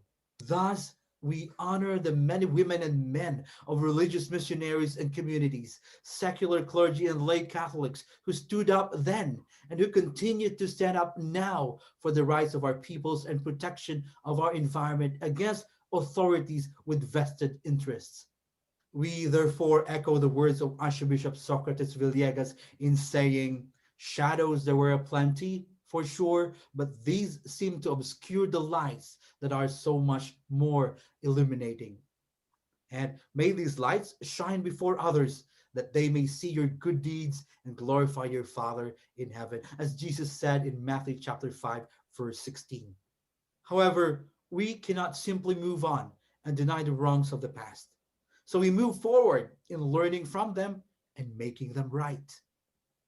As nations around the world take action in dispelling the institutionalized misrepresentations of Western colonization, may we as Filipinos re-examine the arrival of Christianity in truthfully reconstructing our national history however we can. We cannot ask for the church to be absolved for the sins of her past, but we beseech our indigenous sisters and brothers for a chance for reconciliation, solidarity, and strengthened dialogue. We are here to listen and learn. Working with our environmental defenders, may restorative justice lead to sustaining the Church's role as home for the marginalized and the oppressed, while continuing its efforts towards social and ecological justice for all, especially to those who she has done wrong. Because even after 500 years, the country continues to experience atrocities and ecological collapse worse than before, not only by colonizers, but now by our own blood and race, whose greed for power and wealth oppress the vulnerable, the poor, and the marginalized of our society. We at Living Laudato Si Philippines commit to serve and build a more compassionate and just church as she continues to stand with the people in caring for a common home. Working with other faith communities in solidarity and dialogue together, we shall make our country and world a better place to live in, where no one is left behind. And in this contemporary time, let Christianity in dialogue and solidarity with other faith communities serve as a beacon of light for hope, justice, and permanent and genuine peace. Pope Francis reminds us in Laudato Si on Care for a Common Home, number 49. Today, however, we have to realize that true ecological approach always becomes a social approach. It must integrate questions of justice in debates on the environment, so as to hear both the cry of the earth and the cry of the poor. We may be living in small islands with those giant waves eating our lands and the strong winds destroying our abodes, dividing us. But truly we say, let the seas that surround us and that breeze we are breathing in, the calmness of ripples reaching our shores, and silent whispers of the wind, unite us all. Thank you so much, and good day, everyone. Thank you, Mr. Rodney. Thank you. And we want to assure you that we are all here to listen and learn so that no one can be left behind. Thank you, especially for your in-depth reflections on the implementation of Laudato Si in your region, especially in the Philippines. We still have three panelists on this panel: Archbishop Howard Gregory, Archbishop Peter Lloyd Chong, and Jane Meg Taylor. We now go to Jamaica to listen to Bishop Howard Gregory, Archbishop of West Indies. Archbishop, are you connected? I am, and I think you should be hearing me. Thank you, Your Grace. You are most welcome to this video conference, and the floor is yours. Thank you. Your Excellencies, my sisters and brothers in Christ, this conference is most timely and reflects a vision of the path we need to pursue in addressing the formidable task we face as insular peoples. The images we have of the Caribbean reflect the ultimate ideas of paradise: friendly people, lush green hills, beautiful white sand beaches, and aqua seas. The location and resources of the territories made them attractive to exploitation by European colonizers, such as Britain, France, Spain, and Portugal. However, beyond the standard images of glossy brochures, the 43.7 million people of the Caribbean islands, like all other small island developing states, are facing the impacts of climate change, health, and economic factors, which are also legacies of colonialism. Over the last 30 years, average temperatures in the region have increased by 0.1 degree to 0.2 degrees Celsius, and sea level rise has occurred at a rate of about 2 to 4 centimeters per decade. Rainfall patterns have shifted, with the number of consecutive dry days expected to increase. This trend presents risk to the region's freshwater resources and to its largely coastal populations dependent on tourism and agriculture. Projections indicate that losses could total $22 billion annually by 2050. While small island developing states are the smallest contributors to global greenhouse gas emissions, their population, biodiversity, and resources are the most at risk, being threatened by recurrent natural disasters, with the Caribbean being 7 times more likely to be impacted than any other region. Since 1995, there has been an increase in the intensity and distribution of hurricanes in the Caribbean. The number of Category 4 and 5 hurricanes have increased over 50% in the past 20 years. Large-scale agricultural losses are not unusual, as more than half of the countries in the sub-region depend on 1 or 2 commodities for export revenues. In 2007, Hurricane Dean destroyed all of Jamaica's major export crops and severely impacted the agricultural sectors of Haiti, Dominica, and St. Lucia. In addition to the 69 lives lost, the estimated cost of Hurricane Dorian's impact on the Bahamas in 2019 is $3.4 billion. Non-communicable diseases such as diabetes and hypertension have become the leading cause of death in most islands. The non-Latin Caribbean has the highest mortality rate due to cardiovascular disease in the Americas, accounting for 418 per 100,000 population. There are indications that Caribbean people are predisposed to these conditions due to centuries of high salt and sugar diets during the time of enslavement. Additionally, we have been impacted by the mosquito-borne diseases such as chikungunya, Zika, and dengue fever, and like the rest of the world, COVID-19, which has not only stretched our limited health resources, both in equipment, but also in personnel. Shortages of nurses and other healthcare professionals are widespread across our region. After they are trained locally, healthcare professionals are recruited to work in first world countries where they are offered remuneration which we are unable to match at home.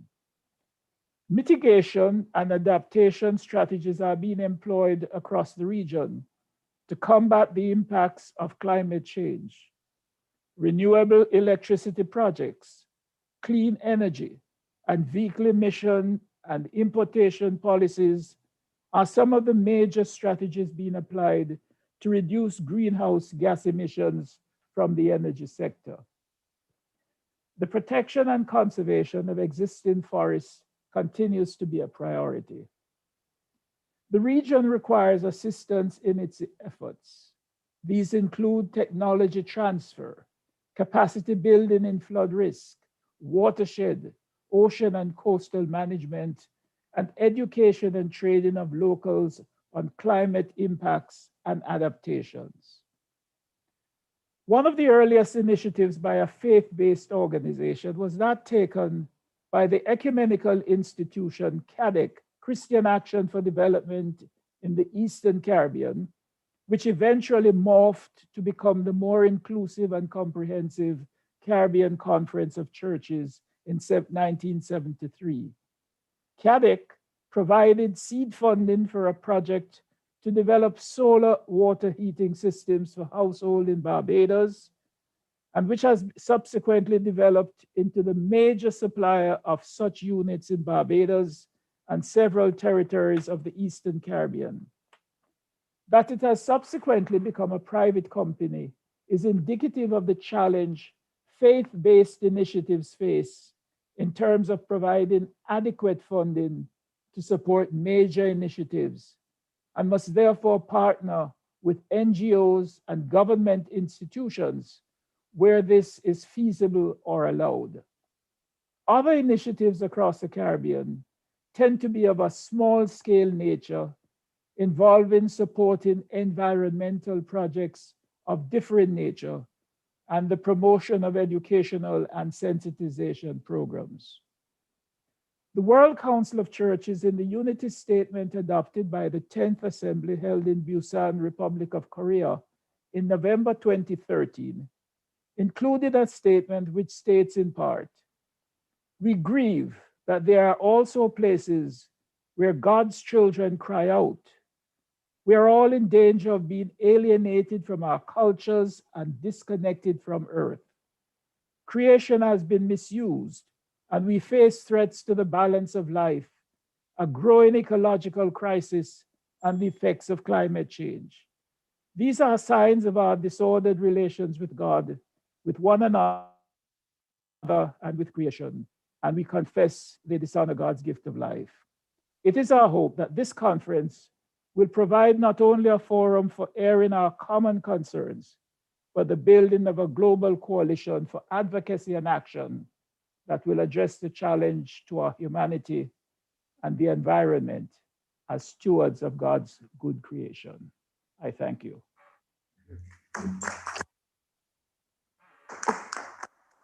Thank you, Archbishop, for inviting us to be stewards of our creation and of our common home.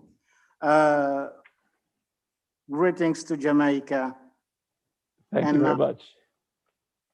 And now we continue and go towards Fiji, Bula, Fiji. Bula. Bula, Fiji, oh, Archbishop. I lost my heart in Fiji, also in Jamaica. Yeah. Well, we now welcome Archbishop Peter Lloyd Chung, who is the Archbishop of Suva, Fiji, and President of Caritas, Fiji. Your Grace, are you online, connected? Yes. You're most welcome, yep. And the floor is yours. Thanks. Thank you. I'd like to begin with two stories. About 2 years ago, we went to do, in the season of creation, we went to do a ecumenical service on the riverside on one of our villages. And after the service, as we were coming back to the village, a woman told me, you know, this village is built on money that's produced from the ocean. But since the black sand mining came in, we have lost that income that we got from the ocean. And on that same village, a woman was telling the story that, you know, women here, the source of income is catching crabs. But since the black sand mining started, they've lost the crabs. Loss of crabs, that means loss of income. And so the black sand mining company has not only damaged the environment and the crabs. The crabs have gone, I don't know, somewhere else. But it's means the deprivation of economy and income for these women, and so they are not able to meet their economic needs. The region, I'm going to focus on the regional issues around Oceania, which is centered around natural resource management and sustenance and the destruction of these resources. So key issues for us in the Oceania region is care for the ocean and the destruction of the ocean, overfishing, seabed mining, land mining, and extractive industries. According to David Attenborough's documentary video titled "Life on Our Planet," the ocean is the most important ecosystem in the planet. The ocean contributes 85% of the oxygen, and also the weeds or the seaweeds, and taking quite a lot of the oxygen into the seaweeds and the things that grow under the sea, more than the forest. So that is why the ocean is the most important ecosystem that we have to care for in terms of caring for the earth. But our oceans are under threat from human carelessness and wrong decisions and error. So number one is the ocean is is under threat from overfishing and destructive and unsustainable fishing methods. Kiribati Island, which is an atoll north of Fiji, they, according to sources, they have the, they have the tuna, yellowfin tuna, they've got Kiribati waters produce more tuna than any other nation on the earth, yellowfin tuna. So the fisheries minister there, Tetabo Nakaras, said it's in their collective interest in search for best and innovative solutions of tuna species. The challenge, he says, is real, similar to that faced in global environmental and climate change forums. And again, according to a documentary called Sea Piracy, overfishing is the biggest threat to fish sustainability, and next to that is plastic and ropes and nets that are dumped into the ocean. So our ocean, we live in the ocean, it's under threat. Tuvalu, it's got a small atoll, it's got a double threat from sea level rising and plastic. Small island, they don't have any landfill to dump their, so plastic is a big problem there too. Bottom line, if the ocean is destroyed, the planet and all of us will suffer from that. The next one is seabed mining. And Caritas State of Environment in 2017, the Catholic Bishops' Conference of Oceania said this: we are heartened to learn of the systematic and coordinated opposition to seabed mining, which turns the ocean floor into a stage of exploitative destruction of ocean habitats. And seabed mining is a deep concern throughout the Pacific. It's going to affect Papua New Guinea, Fiji, Tonga, Vanuatu, Solomons, and it's bad. The other one is extractive industries.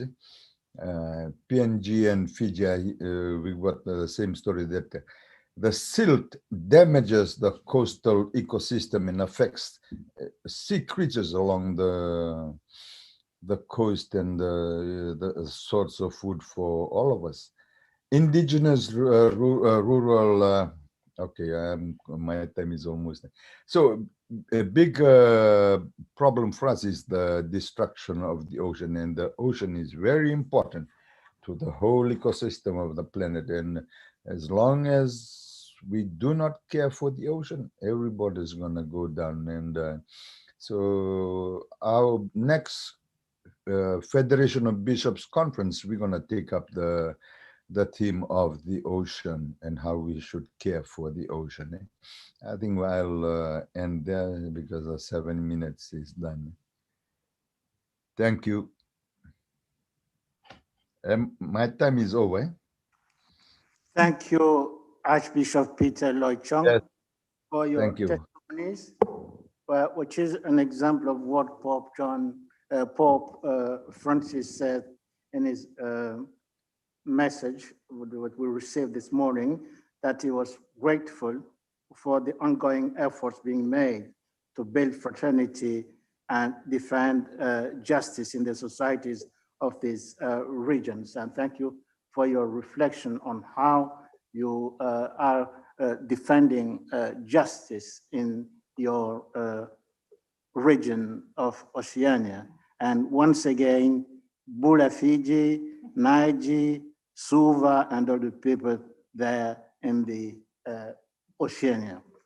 And now we are scheduled to travel to Pacific Islands, all the Pacific Islands together, and to listen to Dame Meg Taylor, who is the Secretary General of Pacific Islands Forum Secretariat. Dame Meg Taylor, are you connected?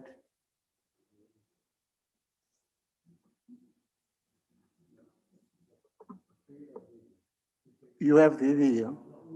No, and we don't have your video or a written message or something like that. Well, yeah.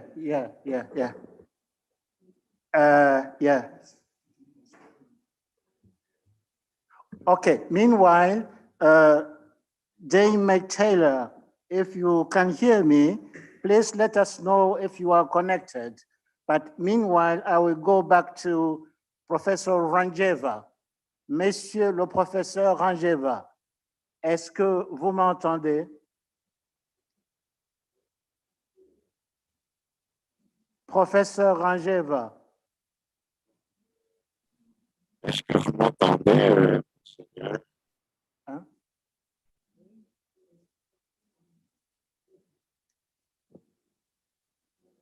Ah oui, voilà. Au professeur Rangeva. Comme promis, on revient vers vous. Oui, je suis prêt, mais je ne sais pas est-ce que vous m'entendez? Maintenant, on vous entend très bien. Si vous continuez sur cette lancée, en 2-3 minutes. Ah. Bon, alors, je me mets en place.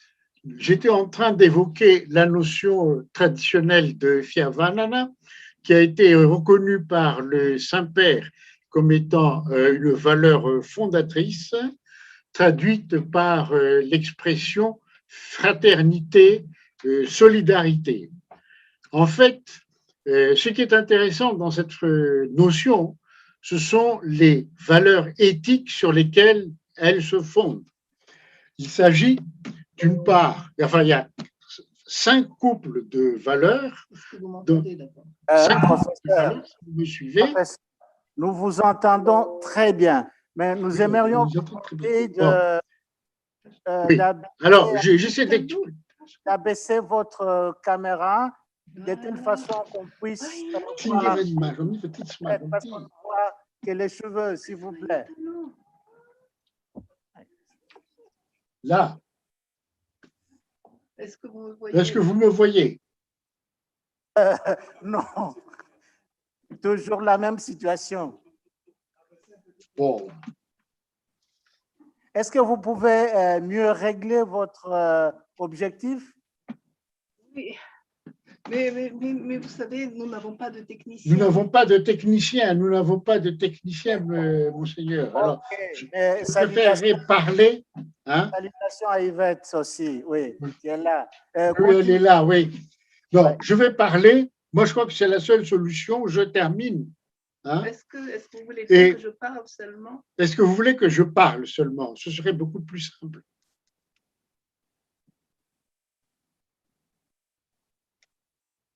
Oui. C'est bon, allez-y. Oui, alors lorsque l'on parle de ces valeurs, les valeurs éthiques fondatrices, ceci me paraît quand même important parce que ce sont ces valeurs qui doivent servir de base à cette fraternité. D'abord le beau, la vérité, ensuite la tendresse, les échanges et le respect. Ceci est important parce que lorsque le Saint-Père évoque le problème des Nations Unies, tout s'articule autour de la refonte éthique des Nations Unies. Car la refonte éthique est fondamentale en raison de l'indifférence systémique que l'on observe à l'égard de l'organisation. Et cette indifférence a entraîné la démonétisation de l'organisation, incapable de faire face aux problèmes et aux insuffisances que l'on observe. Voilà donc que les deux encycliques remettent en honneur le rôle du politique pour la conquête de la paix, la redéfinition des relations entre le souverainisme et l'universel, des questions très délicates au niveau des petites îles, plus qu'au niveau des grands États, parce que la souveraineté pour les îles est un titre plénier pour l'action active dans l'endossement des responsabilités au niveau de l'universel. Et cette prise de responsabilité concerne à la fois la revendication et l'éducation politique.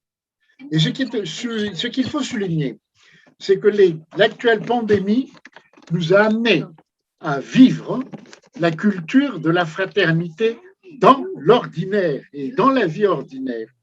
Je n'insiste pas parce que nous en avons beaucoup parlé.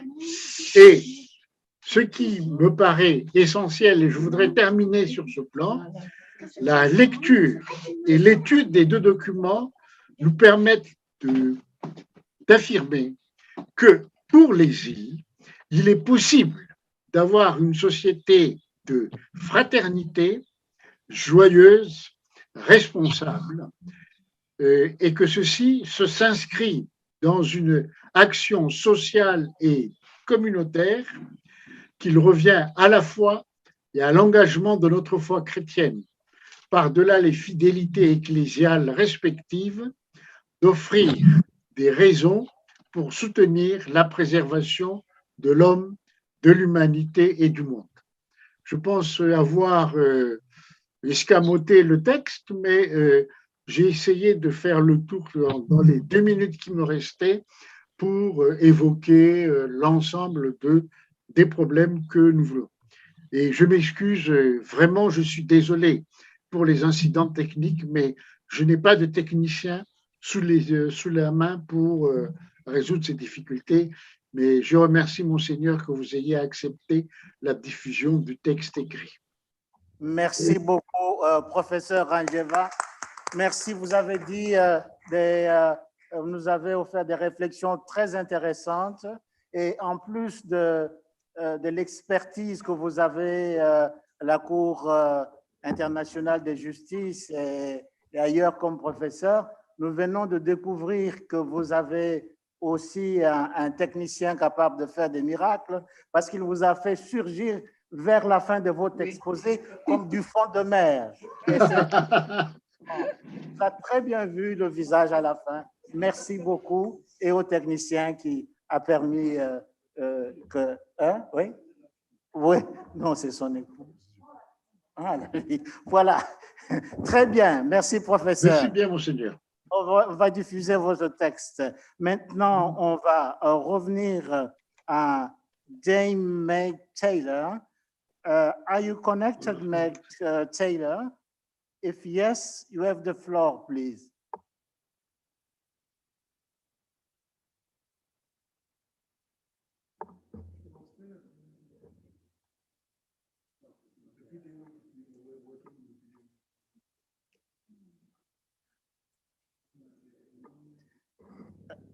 Jane Meg Taylor, are you online?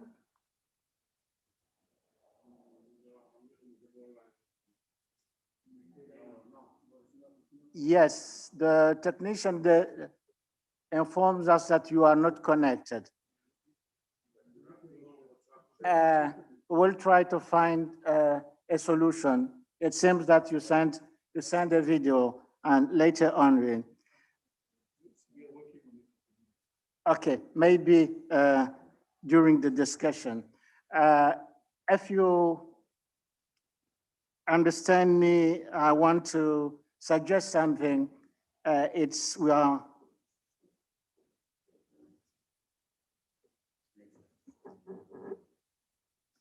behind the schedule. Yes, and we are expected to close in 45 minutes, and we still have 2 sessions. So I suggest that we drop the discussion now, and maybe we can just stop 2 minutes and stretch our legs because the interpreters need a break each hour. So 2 minutes to stretch your legs, and then we will pass on to the 3rd session, which will be moderated by Sister Julianne Murray Donovan. Thank you.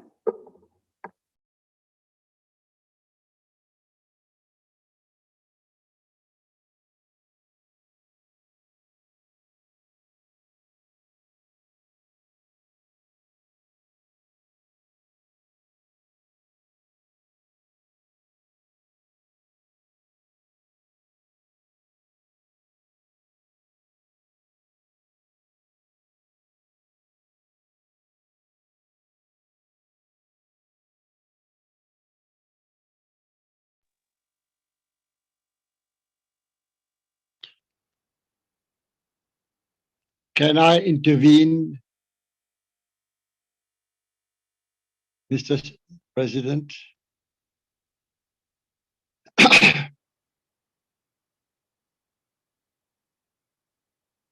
The discussion very important for all those who take part, and I suggest we do take some time, even if you are late, for this event.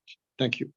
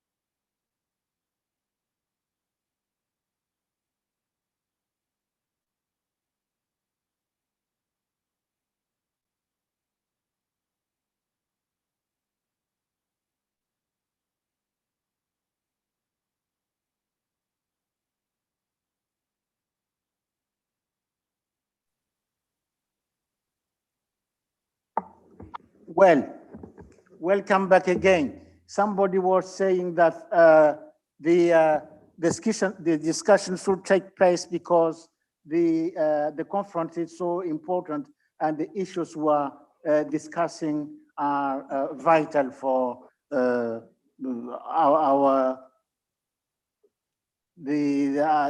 the Insular papers, yes, for this conference. So, and then I was saying, while the micros were off, I was saying that we dropped the discussion after the second session now, because we still have two sessions, the third session and the closing session, but we will have a discussion after the third session.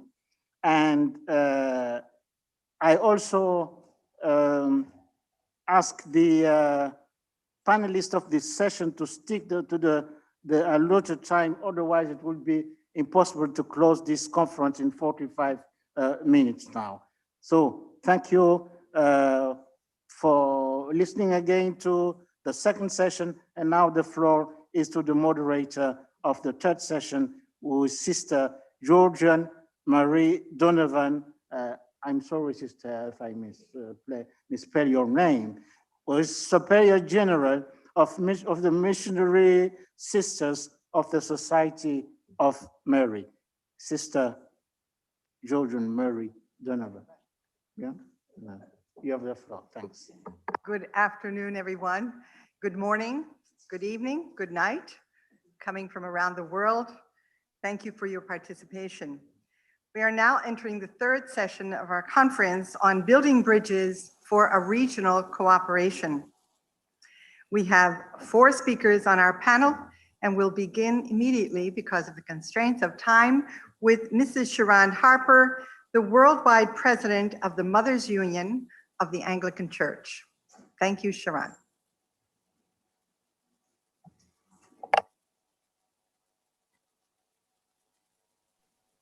Thank you, Sister, and I believe the Media Center will be using my video.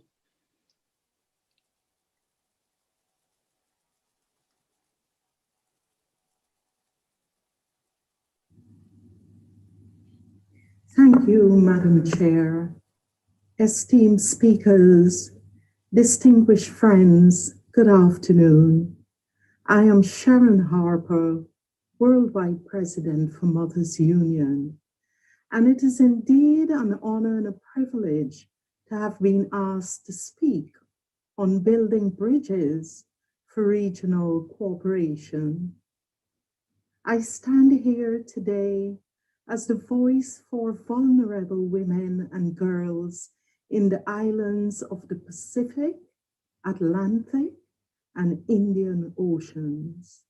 And I do so recognizing that building bridges and networking is of paramount importance for the advancement of an inclusive and just world. A world where all women and girls are respected in society. A world where people of all faiths and none unite within their diversity to sow abundant seeds of goodness. Mothers Union is a women-led, faith-based movement with 4 million members in 84 countries, all strategically placed in the heart of the church and community, with unprecedented reach that gives a voice to the stigmatized and vulnerable. We have a membership of 60,000 in the Anglican Church of the Insular States, where the challenges affecting women and families include environmentally related social challenges as reflected in the Pope's encyclical letters Laudato Si and Fratelli Tutti. These challenges and more were also deeply discussed at the Mothers Union Global Theory of Change consultations, where global leaders agreed on 7 priorities for the movement to have positive social impact. These priorities are stable livelihoods, reconciliation and peace, voice and influence of women and girls, literacy and education, positive gender roles, action against gender-based violence, and protecting the environment. My colleagues and I have lived and worked with women in the insular states, and these priorities are often well documented in our part of the world. But when they are translated to the lamentations of those who are experiencing the deep reality of it all, it is heartbreaking. They say, we live in the fear of sexual and physical violence. We've lost our jobs and our children are hungry. Bereavement and unbearable grief due to the pandemic lurk in the shadows. There is constant anxiety and fear with little or no access to vaccines. We lose our homes and livelihood with the rising waters, mudslides, hurricanes, and the list goes on. The future challenges predicted as a result of these situations are more than we can ever cope with. The risks of an unavoidable downward spiral if we continue along this path are extremes of all we are experiencing now. We have been given this time to act wisely as global leaders. The right interventions must be made now if we are to uplift women and families. With the impact of the COVID-19 pandemic, we recognize that it is no longer enough for the church to work within its walls and in small local partnerships and still be satisfied with achieving in its own little corner. The time has come for the church to be outward facing, engaging in the necessary dialogue to build partnerships with governments, civil society, NGOs, and FBOs if we are to make the kind of transformation that is needed across the globe, and particularly the insular states. The COVID-19 pandemic has slowed progress, but it has also provided opportunities and blessings which we would not have otherwise recognized. We are being called to look at life through a new lens, renew relationships with those around us, and to take stock of our environment in which we live.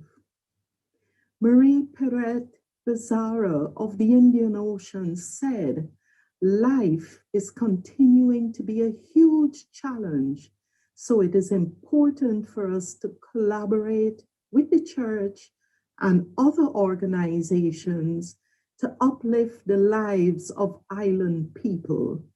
It would be effective if there are strong relationships existing between insular states so that bridges could be built for regional cooperation. I thank you.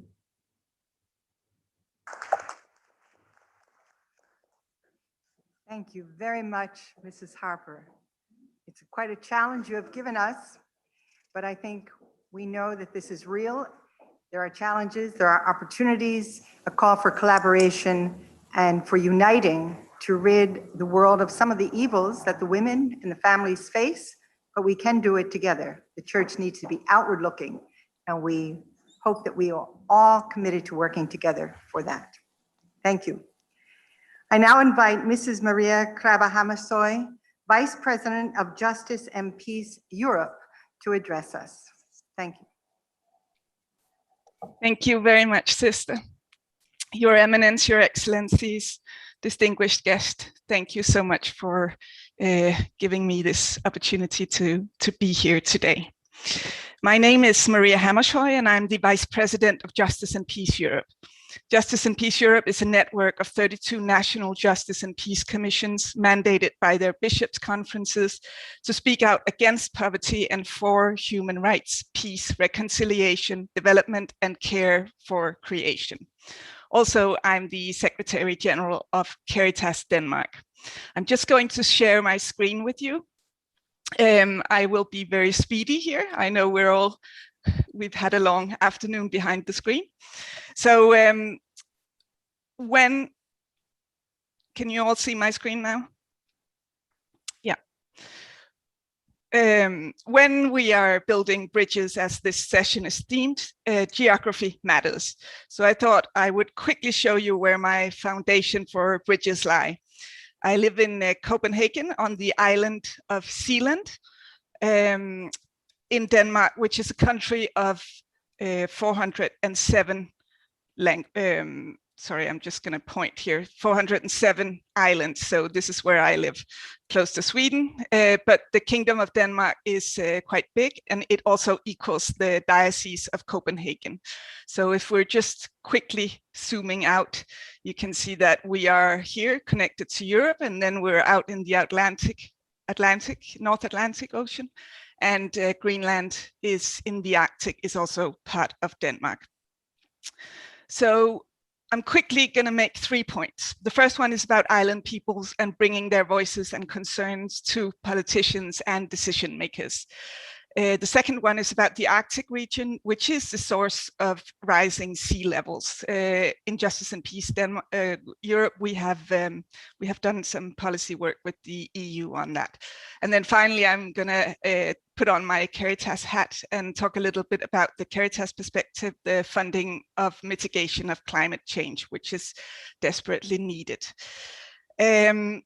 So the common seas.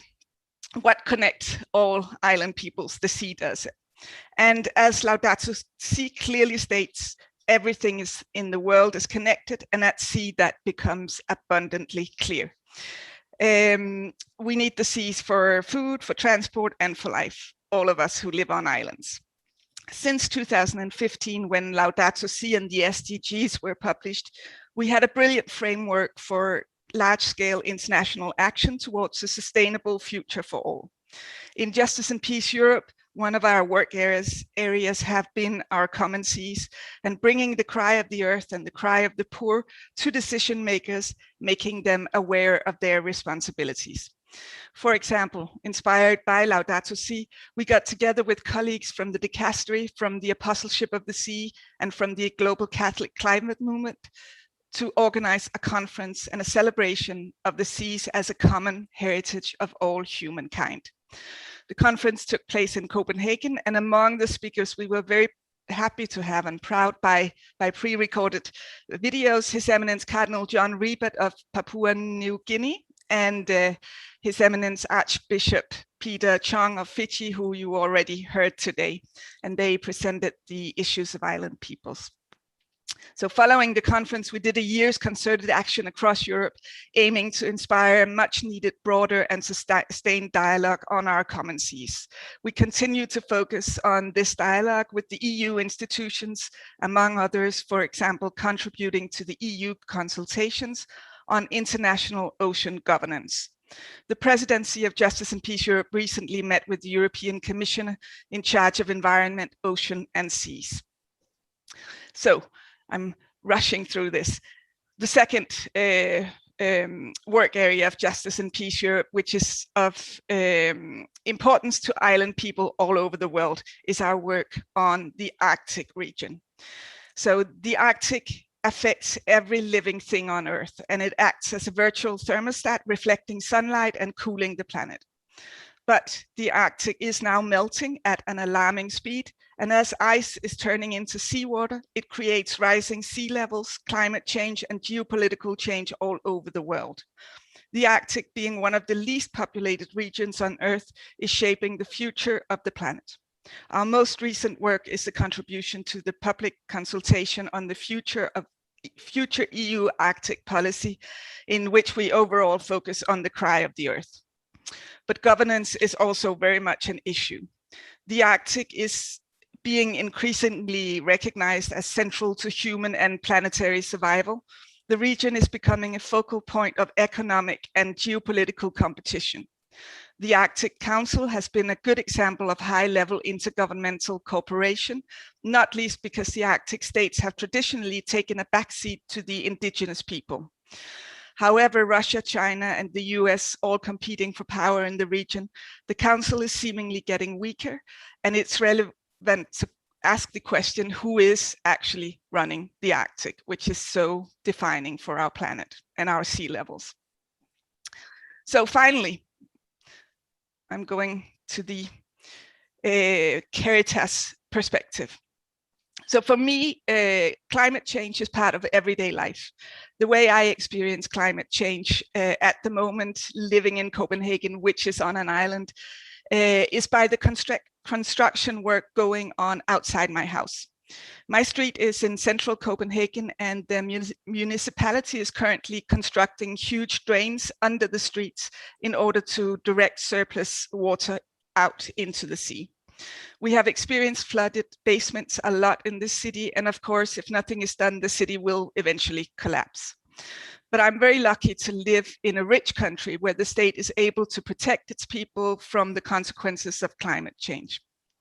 However, this presupposes huge funding, and obviously this is not available to all peoples as it should be. From a hands-on Caritas perspective, we can no longer stop climate change, but we can influence the consequences, and we can build resilience in island communities, as well as prepare for how we accommodate migrants whose countries no longer exist. This is a heartbreaking perspective because these will be people without the hope of going home. For this work, flexible funding is desperately needed to mitigate sudden acute natural disasters, as well as slow onset crises caused by climate change. Unfortunately, the institutional donors are very much focused on man-made disasters, but they need to realize that in the coming years, we have to accommodate consequences of natural and ecological disasters. The Danish Foreign Ministry realized this, and they allow us to be flexible about how we spend funding, but we know from other Caritas that this is very rare. On the upside, the Caritas Internationalis emergency appeal system is ready for the future. It allows us to communicate quickly and effectively with sister Caritas around the world. And if donors from high emission countries are ready to accept their responsibilities for climate change, we should have the funding as well. So to conclude, change is impossible without a process of introspection, conversion, motivation, and education. And we hope to be part of a new dialogue about how we're shaping the future of our planet. The conversation must include everyone, so please don't hesitate to get in touch. And that is all for me. Thank you so much for listening. Thank you very much. Thank you very much, Maria, for that very comprehensive overview. And truly, geography matters, but the people in those geography areas matter. And how we will help those without the hope of going home is a great question. Introspection, dialogue, conversion. Let us go forward. Next, we will hear from Ms. Julianne Hickey, the Director of Caritas Aotearoa, New Zealand. Welcome, Julianne.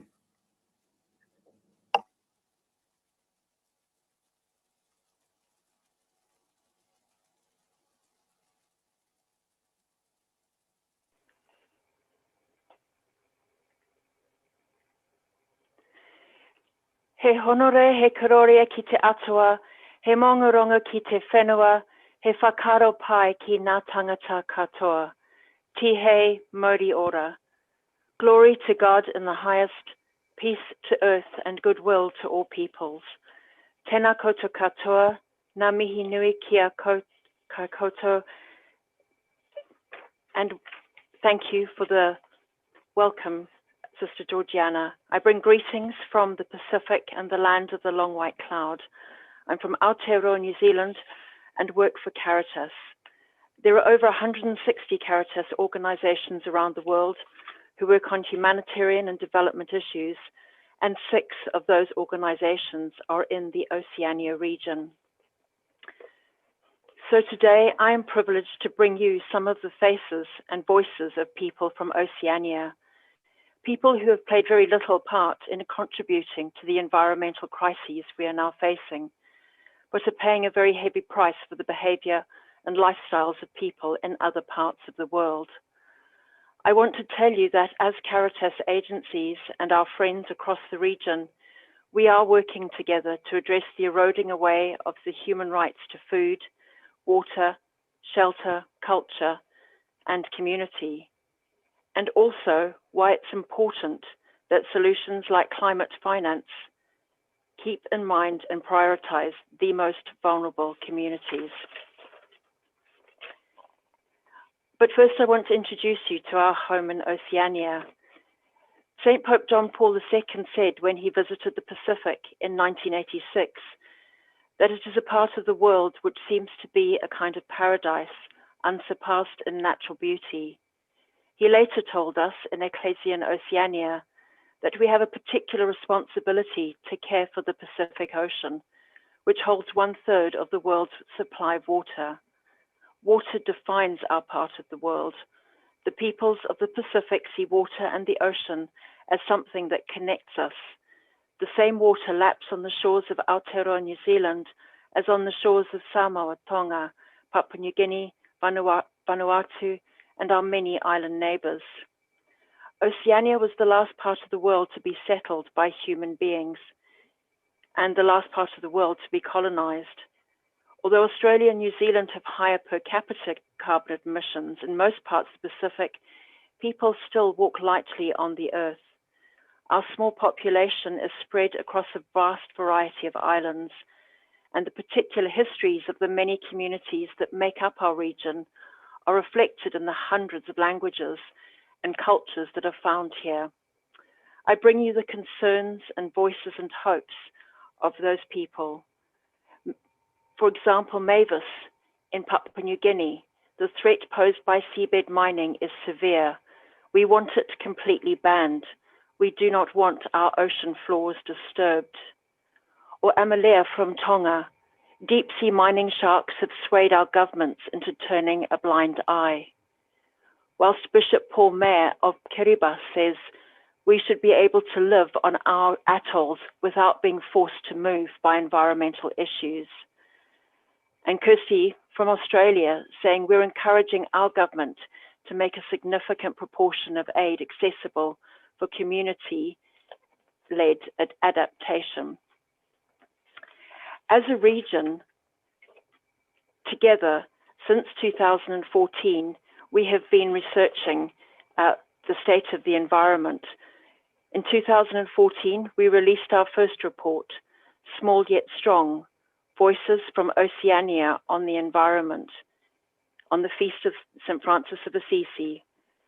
Our title drew from our new Pope's words on Evangelii Gaudium, small yet strong, all of us as Christians are called to watch over and protect the fragile world in which we live and all its peoples.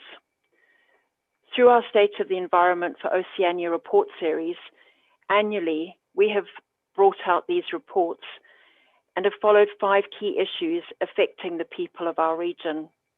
The issues of rising seas and coastal erosion, extreme weather, access to safe local food and water, offshore mining and drilling, and access to climate finance are made visible through the stories and images of communities from our region. Our aim through these reports is to reflect the cry of the earth, the cry of the poor, and the cry of the ocean here.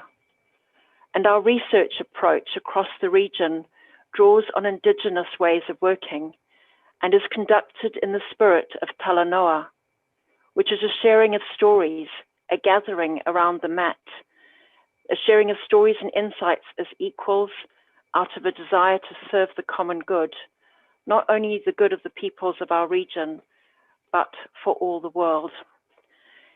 Because we are pressed for time, I'm going to move through some of my slides which reiterate and re-emphasize what Maria and Archbishop Peter have said earlier about our connections through the sea, about how we are affected in our region by the extreme weather and the way in which we grow our food, and that it's important that we care for our fisheries because our food is so important.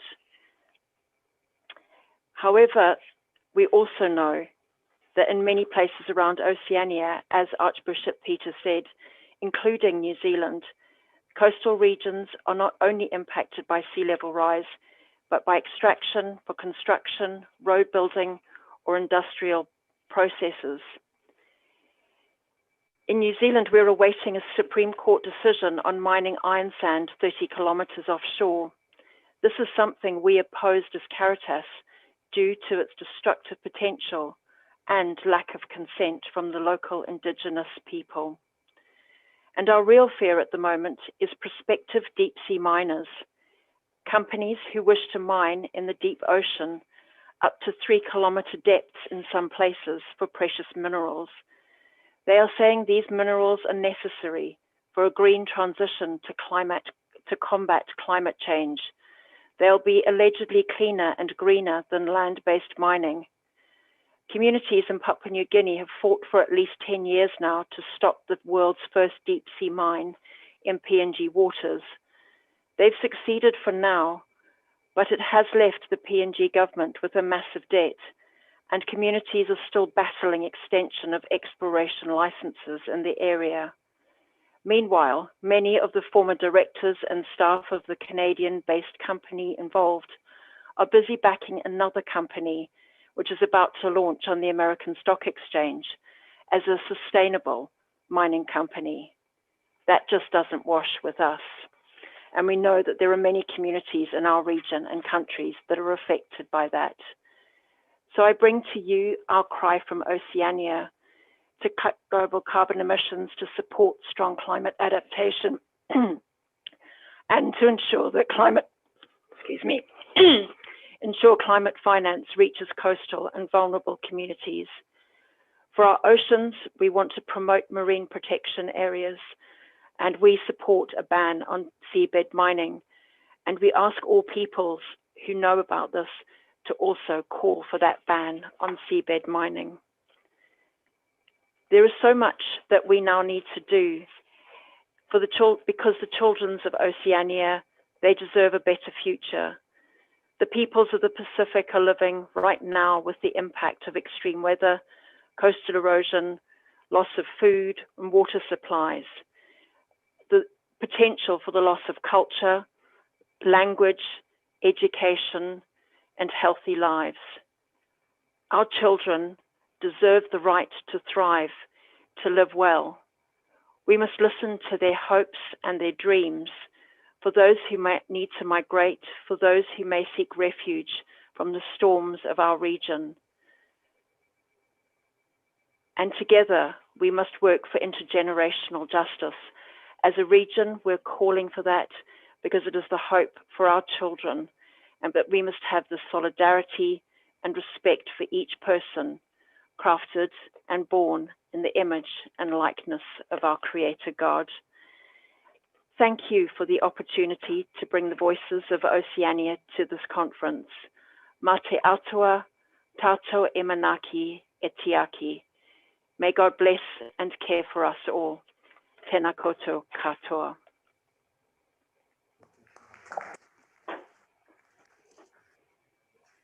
Thank you very much, Julianne, for your concise overview of the peoples and the needs of the region of Oceania. Certainly very close to my heart. We'll move on now to our next speaker, Mr. Faye Loket Kitao Kahotevi, the convener of the Pacific region for the organization Nia Tero. faith. Kevi. Thank you very much, sister, and warm greetings to you all. It is now 10 to 4 in the morning here in Tonga. And so please bear with me if I do go astray a little bit. But I thank you for the opportunity and would like to thank Archbishop Ian and your Catholic counterpart for the opportunity to present what is a youth perspective. I would really like to thank Julianne for that adequate and very comprehensive summary of the challenges that we face in our region. And so I will not dwell into that, and I will not go into the details of our realities, but I would like to just focus on the youth perspective and focus on one of the initiatives that the young people are taking from this church and in this region, from the Anglican Diocese of Polynesia, which is part of the Anglican Church of the province of Aotearoa, New Zealand, and Polynesia. And so, from that perspective, the youth here started what is the community integrated vulnerability assessment, and that is a tool that allows us to provide our churches with a solution towards pushing for greater resilience. It is an initiative of the church, and this particular initiative of the church was presented to the Archbishop Welby Justin at his last visit to the Pacific. And this particular initiative calls on us to do something. That we are not necessarily waiting for help to come, but we want to do something. And when it's done by the young people, this is where we begin to see momentum being created around this particular initiative. So Siva was the genesis of a lot of other initiatives in Tonga and in the region. And Siva basically looks at how we can address disasters, how we can build resilience of our communities in addressing disasters themselves. As you all know, building resilience for us is about changing lifestyles as well. Building resilience is about changing lifestyles. We can no longer go about doing the things, living our lives as we always do, and face these disasters that are increasing in their severity, increasing in their intensity, and increasing in their frequency. We need to change. We need to change, and we need to build and prepare our people to best face the onslaught of natural disasters that are coming through. And it's also about adapting to extreme weather patterns. Your Excellencies and ladies and gentlemen, Tonga faced 3 cyclones in 1 month. 3 cyclones in 1 month. So what does that mean? That means that the systems that we have in place are only equipped to address one particular natural disaster at a time. And we are now facing the situation and the reality where we are faced with 3 to 4 tropical cyclones at category 3 and up. Right? Category 3 and up. And so how do we deal with that? How do we build resilience when our realities, when our weather is telling us we are going to be stronger? Our hurricanes, our tropical cyclones are going to be stronger. They're going to be more frequent, and they're also going to increase in intensity and frequency. And so our part as young people, this initiative was a demonstration that the young people are not sitting back and asking for assistance. The young people are doing resilience. They are living resilience, and they are doing resilience on a daily basis. And so if there was a message from the young people of the Pacific, from the young people of the Anglican Church, from the young people of the Tonga Episcopal Unit and the Diocese of Polynesia, it is to say this, that we urge our ecumenical partners to push the churches to do more. That we urge the Anglican Church, the Church of England, to link and to make our voices heard in the UNFCCC in Glasgow. It is important that we do that. We cannot miss this opportunity to say the things that we need to say to the leaders who need to listen today.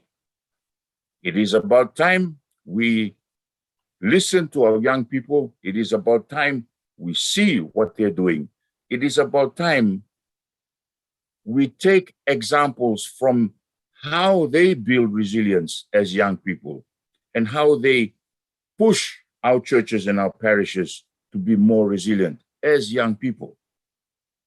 Because at the end of the day, it is their future that we are concerned about. And it is their future that they are building that we should really go behind and support. I think my time is up. So thank you very much for the opportunity to share this information.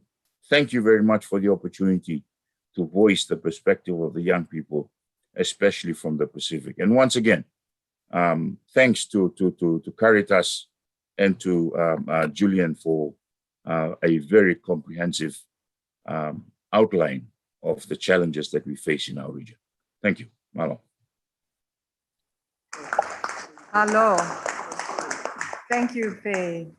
Having lived through Cyclone Gita in Tonga, I know what you're talking about. So I think it's wonderful for the initiatives coming from the youth to push the churches to greater ecumenical working together for change, especially change of lifestyle. Thank you.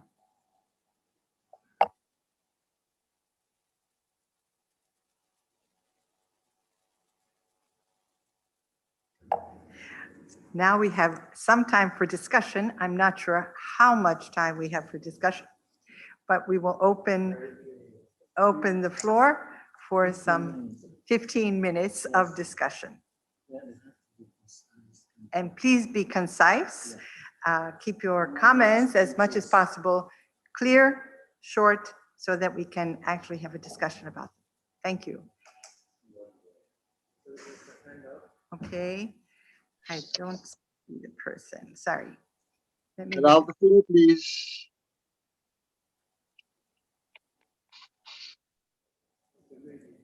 Okay. Yes. Okay. Go ahead. Can I speak? Yeah? Yes, please. Yes, thank you very much. My name is Budi Cahyono. I'm working for Franciscan International. So I would like to congratulate and commend the organizers, the Dicastery as well as the Anglican Church for this very important meeting. As a human rights NGO rooted in the Franciscan network, both within the Catholic and the Anglican, we work in doing advocacy at the United Nations, especially by bringing the concerns of our members, including those who come from the small islands, insular people, in particular in the Pacific region, such as the Solomon Islands, West Papua, Papua New Guinea, and the Philippines. I commend very much the speech of the President of Seychelles, who just expressed about the impact of climate change for those who live in the small state islands. And we observed that according to our partners in the Pacific, as also mentioned by other speakers, that apart from the already impact of climate change they feel, such as from the rise of the sea level, hurricane, cyclone, etc., they are also experiencing additional environmental degradations due to the mining, either the seabed mining, deep sea mining, or inland mining, but as well as in logging and palm oil plantation, as well as other extractive activities. And this is very much concerning for our work. And for this reason, I would like to commend very much the work of the churches, especially in the initiative in divesting from the extractive and fossil fuel industries. And I think this is one of the real signs that the church has a strong concern and has taken very strong initiative on that domain. And then we as a human rights NGO as well, we work a lot with the UN Human Rights Mechanism. Therefore, we are trying now to campaign for the establishment of the UN Special Rapporteur on Human Rights and Climate Change, just to really ensure that all the climate actions and responses should be human rights based approach, using human rights based approach. At the same time, knowing the importance of the issue of environment, we are also now working in supporting the campaign for a global recognition for the right to a healthy, clean, safe, and sustainable environment. And we very much seek the support from the church, the Catholic Church and the Anglican Church, as well as a UN member state, knowing that Seychelles is present in this discussion, so that finally the work on climate change should really be based on the human rights-based approach, that human will become the center of the discussion. So that's my comment. Thank you. Thank you very much. Because of the constraints of time, and there are quite a few of us, if you could limit your comments to 30 seconds to 45 seconds, between 30 seconds and 45 seconds, and be very clear about the point you would like to make. All right, thank you. And you could raise your hand or use the reaction at the bottom of the screen for a hand raising so that we can see you.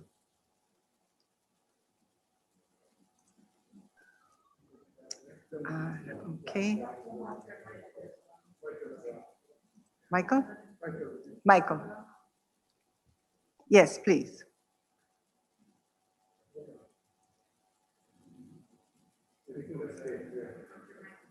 Dr. Michael? Dr. Michael. Yes, can you hear me? Thank you. The competition from the ex-colonial powers, EU, from China, India, USA, is for the huge economic zone, exclusive economic zone at the disposal of our tiny island states, for marine resources and for the fisheries, for the minerals and so on.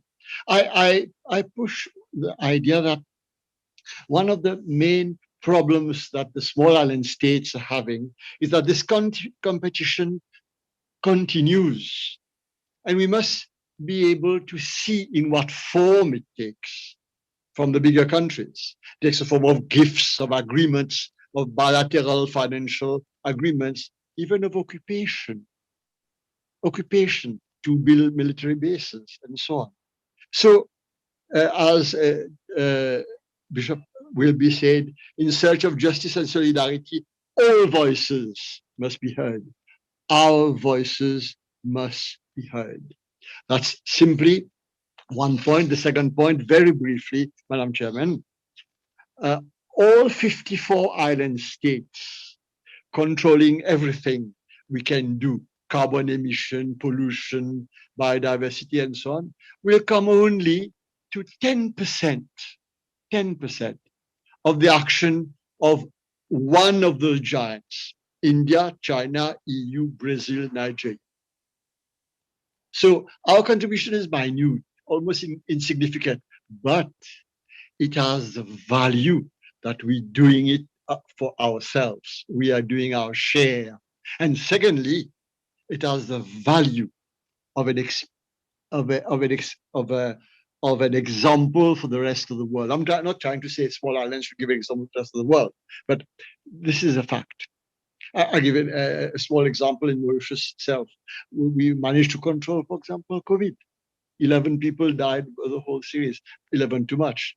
But the answer is not necessarily in the big countries. We also have an answer, a contribution to give to the rest of the world. Thank you. Thank you very much. If there's anyone else, please indicate with the reaction button.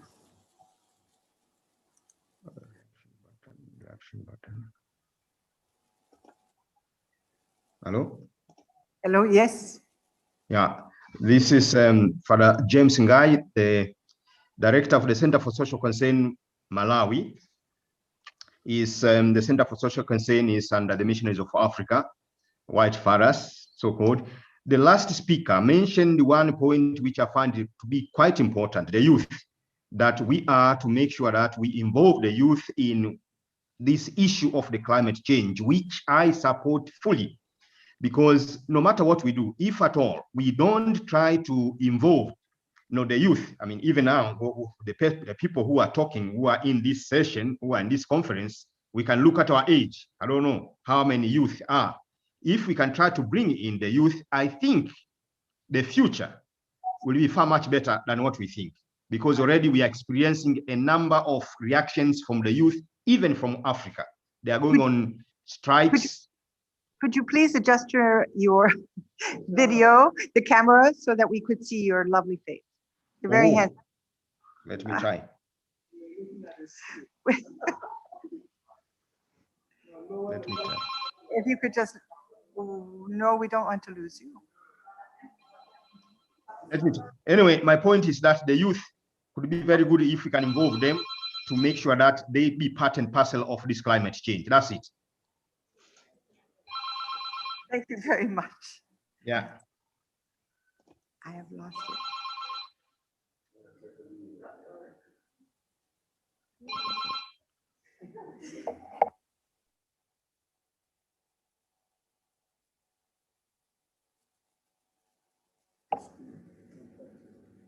All right.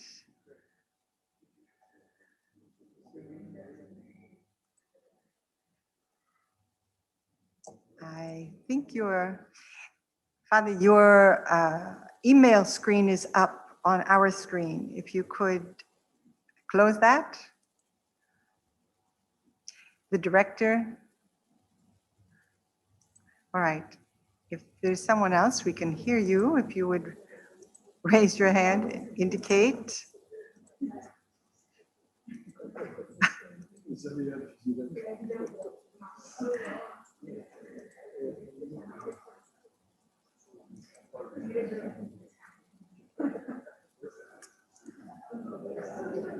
If there is anyone else who would like to intervene, we can hear you if you indicate that you would like to speak.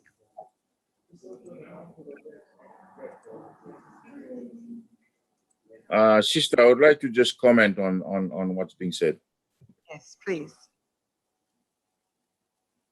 Until we have this, maybe the organizers can stop the screen sharing.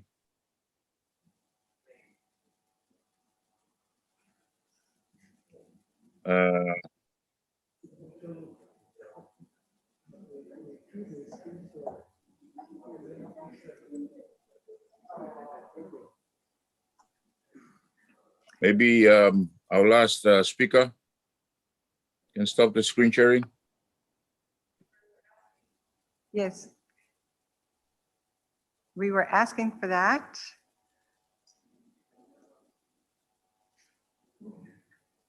Okay. Well, I was just going to ask a question to the organizers of the meeting, of this gathering, whether there is a specific output with regards to connecting the outcomes of this meeting to the UNFCCC Conference of Parties that's going to be held in Glasgow later on this year, and if so, what is it that we are what is it that we are going to be taking, or these two churches are going to be taking to the UNFCCC in November. Thank you. Thank you, Faye. Is there someone who can answer that? Thank you for this, for your comments. And I think this conference is not over, as it will unfold opportunities and new perspectives that should be appropriated to all. And we wish to be your companions as you strive to share what you have to offer to the rest of the world. So it is important that we work together. As I said, this conference is not over. There will be regional meetings and there will be local meetings. We should be able to work together as from now. So this is only, as we say in French, le début, the start of a project to build a better world and to consolidate a spirit of solidarity. So your voice has been heard.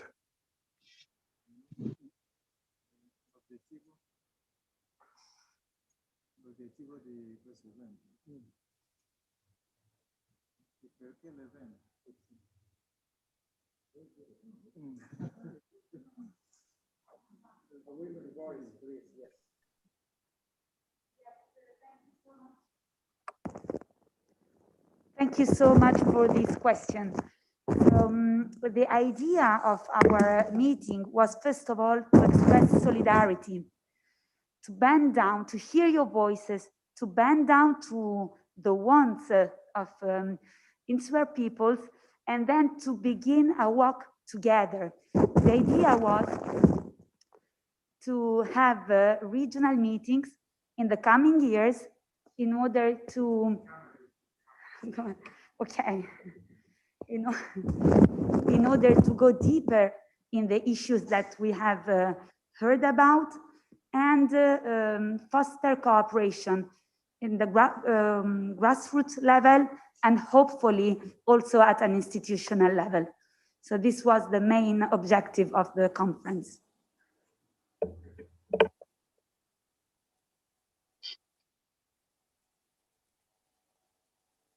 We should back to your moderation. No. No, thank you very much, Christine. Thank you very much. I think that we are now in the concluding remarks, if it's possible. The last, there is somebody that wants to say something more. It's open.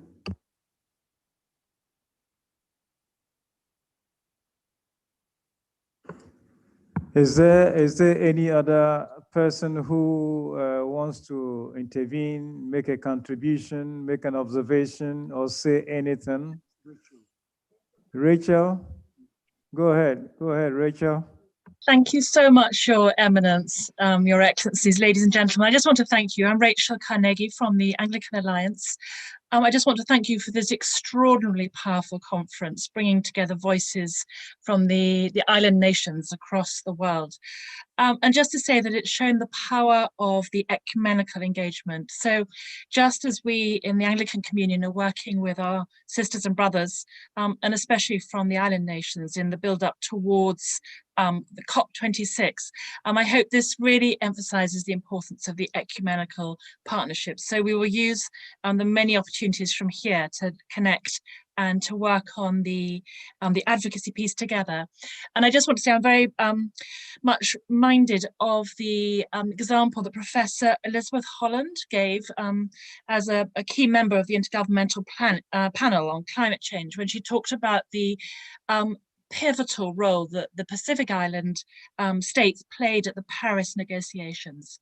And just to underline that and the central importance of the voices gathered here today. So thank you so much for this time together. Thank you very much. Is there anyone else? The director has his hand up again.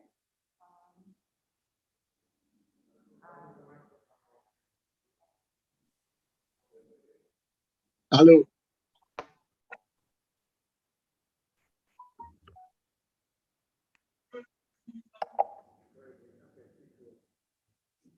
Okay. Is there anyone else, if you could show Yes. a hand? See the director's Yes. hand. Yes, go ahead. You have the floor, 1 minute. I'd like to support again the point made by our representative from the Pacific and the last speaker, that we do present a summary, more than a summary, of this conference to the COP26 in Glasgow in November 2021. This would be a very useful contribution. Thank you.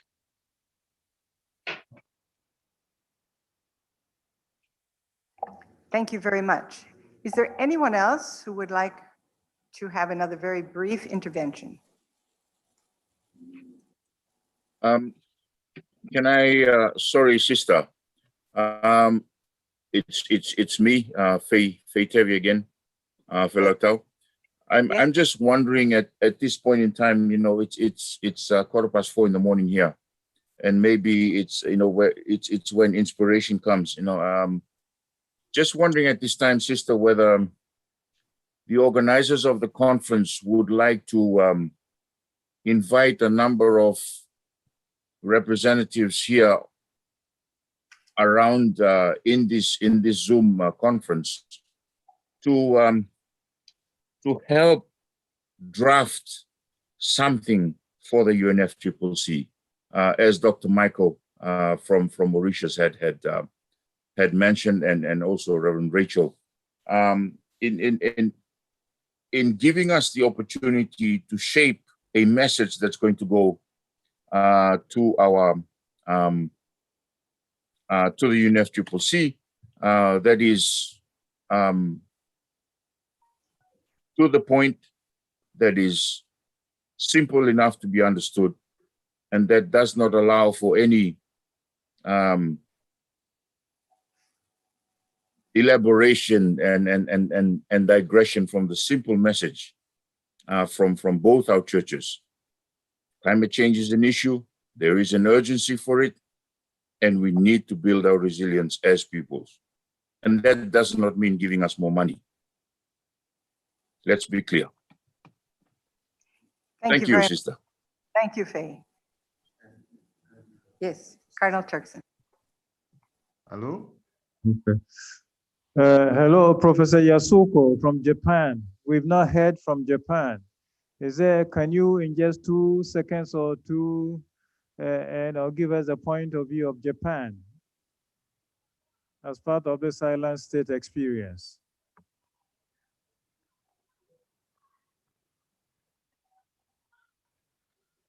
You have to unmute your microphone. Yasuko? Yes, okay.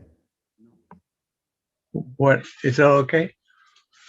Well, thank you very much for all distinguished speakers, especially the initiators of this programs, inter-church dialogue at the time of this deep crisis of mankind as a whole.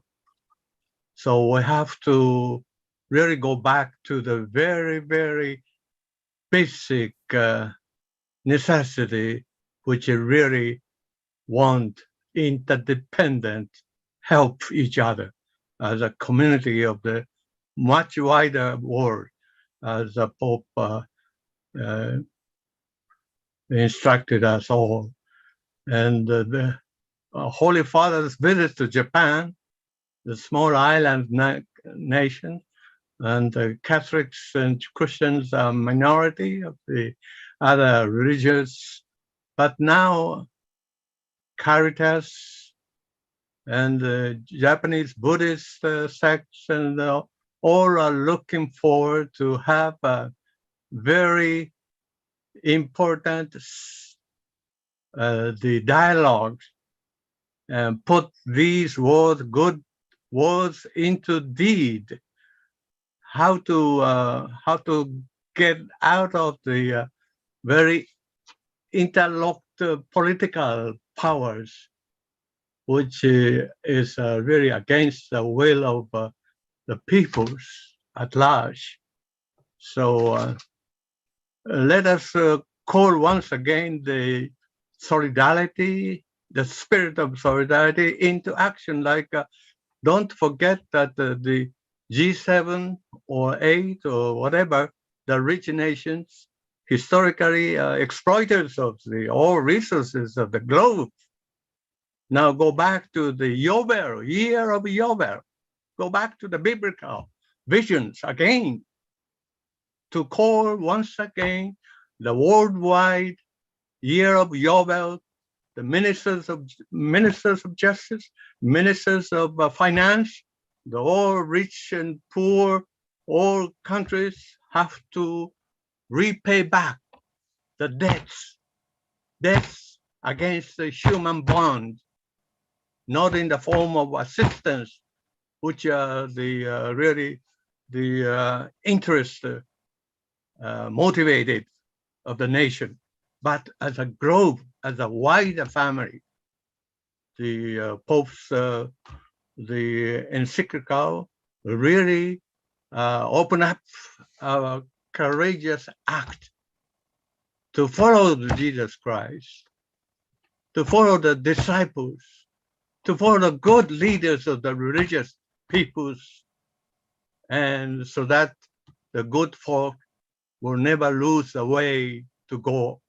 Once a little higher step, continue the year of Yovel once again at this time of the crisis, which will come even not the vaccines alone is the solution of it.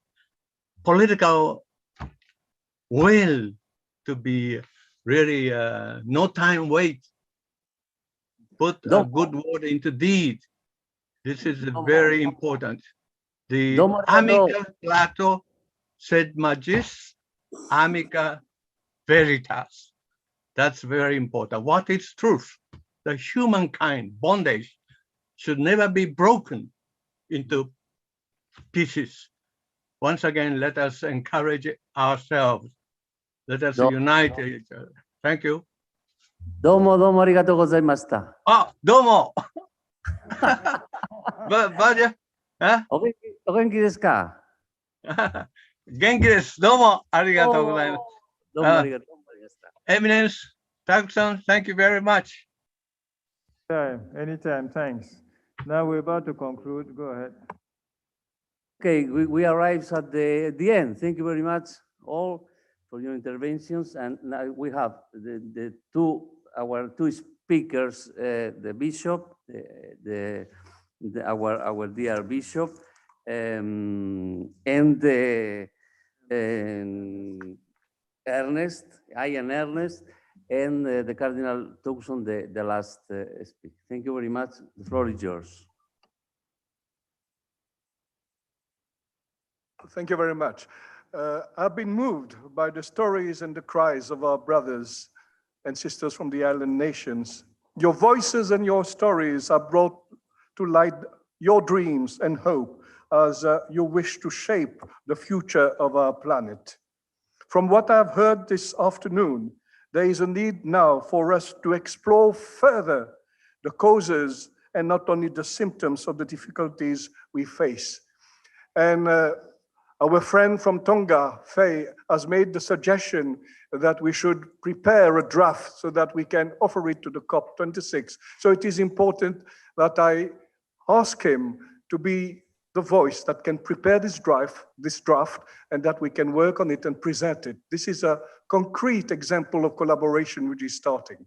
So if you could, Faye, accept this proposition that we could work together on a draft. New options are to be found, and these can be inspired by our religious traditions. And as for us gathered for this occasion, we trust in the prevalence of God's kingdom, as our brother from Japan just mentioned, which brings restoration to the world and where we can be liberated from all forms of exploitation. The spirit of hope that we all possess as disciples of Christ takes us to be servants of our respective nations, of the region we live, and the world we belong to. As I have said it a little bit earlier, we have to unfold the opportunities given to us this afternoon. And the main objective of this conference is to continue the conversations we have had at regional and local level with all the stakeholders of society. As Fratelli Tutti informs us, we have to work together with all persons of goodwill for a better world. We wish to encourage, as I said at the beginning, to bring about an ecumenism of action in our respective regions, as we will bear witness to God's love and stir in the hearts and souls of people the desire for fraternity and solidarity. Friends, this is what is expected of us when we are referred to faith communities. So I do hope that the time we spend together will be a source of great actions that will come in the years to come, so that God's creation, God's gift to us, be protected. Thank you for your kind attention, and I wish here to express my deepest appreciation to you, Your Eminence, and to the dicastery, to Monsignor Munono and to Christine and all the team who have worked with us, and the team from the Anglican Center and from the Anglican Communion Office. Thank you so much for this great spirit of collaboration which has prevailed. And I do know that with this spirit, we can further the steps for an ecumenism of action. Thank you.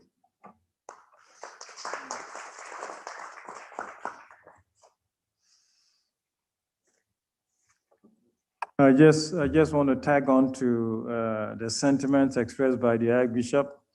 The dicastery also wishes heartily to thank you for this opportunity, for this occasion to get together to express or give a voice to the experience of the island states. And associated with everything that you've said, there are a lot of United Nations seminars and summits organized on the oceans and all. It's acidification, it's a release of methane and several other things happening which are exacerbated by human interventions, some of which we've listened to, mining, and some say the black sand. The black sand is actually the oil stained deposits of sand which is still being exploited. So there's a lot of that still going on. And as Pope Francis would say, at the bottom of all of this, our world needs to develop a new tenor of morality, to be able to feel what others feel and to be able to be compassionate with them. So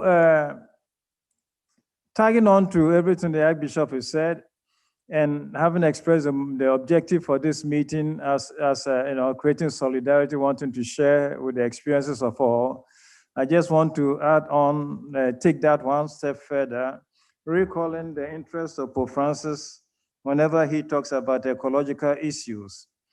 And in paragraph 19 of Laudato Si, Pope Francis has this to say, if my glasses cooperate. And he says that our goal may appear to be simply to amass information and data or to satisfy our curiosity, but that's not really the final objective. So our objective rather is to become painfully aware and to dare to turn what is happening to the island states and to their environment into our own personal suffering and our own personal experiences. And so motivated by this, to dare to explore solutions. So yes, it's a collaboration with you in solidarity, but it's not simple collaboration, staying far away and distant, but it's also it's also with view to sharing the suffering of those who live on those island states, the anxieties and the concerns that they have, and sharing, making those experiences our own, feel more motivated to engage in advocacy, to campaign for, against all the desires that has been expressed. If it's a ban on the deep sea mining, that's what we come on board with, because we share this suffering, we share this anxiety and campaign. If it is against the reduction of ocean acidification, the destruction of coral reefs, what Pope Francis refers to as undersea wonder world. If it's the destruction of all of this, so what we can do, to be part of this is to be driven actually to share the pain of those who suffer all of this. For people living on islands, the ocean is just not an ocean for ships and boats to sail on, for fishing and all. The ocean is their environment. We living on land, when we talk about the environment, we're looking at the forest, we're looking at whatever. But island states, the ocean is their environment. And the health of the environment for island state people is actually the health of the ocean. And recognizing this, it's actually, to motivate ourselves to share in their suffering and concern and carry on this advocacy. We know that the next COP26 is going to be in Glasgow. And again, with Excellency, the ambassador, the UK, United Kingdom ambassador to the Vatican, there is an interfaith event that is being planned to consolidate views again towards COP26. So that can be a good setting for this draft that Mr. Fay, wants to lead us to prepare. So we have something concrete to present at this interface so that it can also feed into the action in Glasgow for this COP26. But for all of you, our interpreters who may still be with us or have left because the contract is expired, and all of you who help in the planning of this event, all the moderators, all the panelists and all, we want to thank you deeply from the bottom of our hearts, and just say that, just get ready in case we decide to do this again, and we hope to enjoy your generosity, your time, as we've done this time. So thank you again. God bless, and have a very nice afternoon. Mr. Fay told that at 4 o'clock in the morning, right? In Tonga. Yes. So we hope we didn't wake you out of bed. But also have a nice day wherever you are. If your day is beginning or your day is ending, okay, just accept our prayerful wishes for God's blessings. And this weekend being the weekend of Pentecost, may the Holy Spirit continue to inspire all of you and grant you the worthy disposition to respond to the cry of the earth and the cry of the poor. Thank you.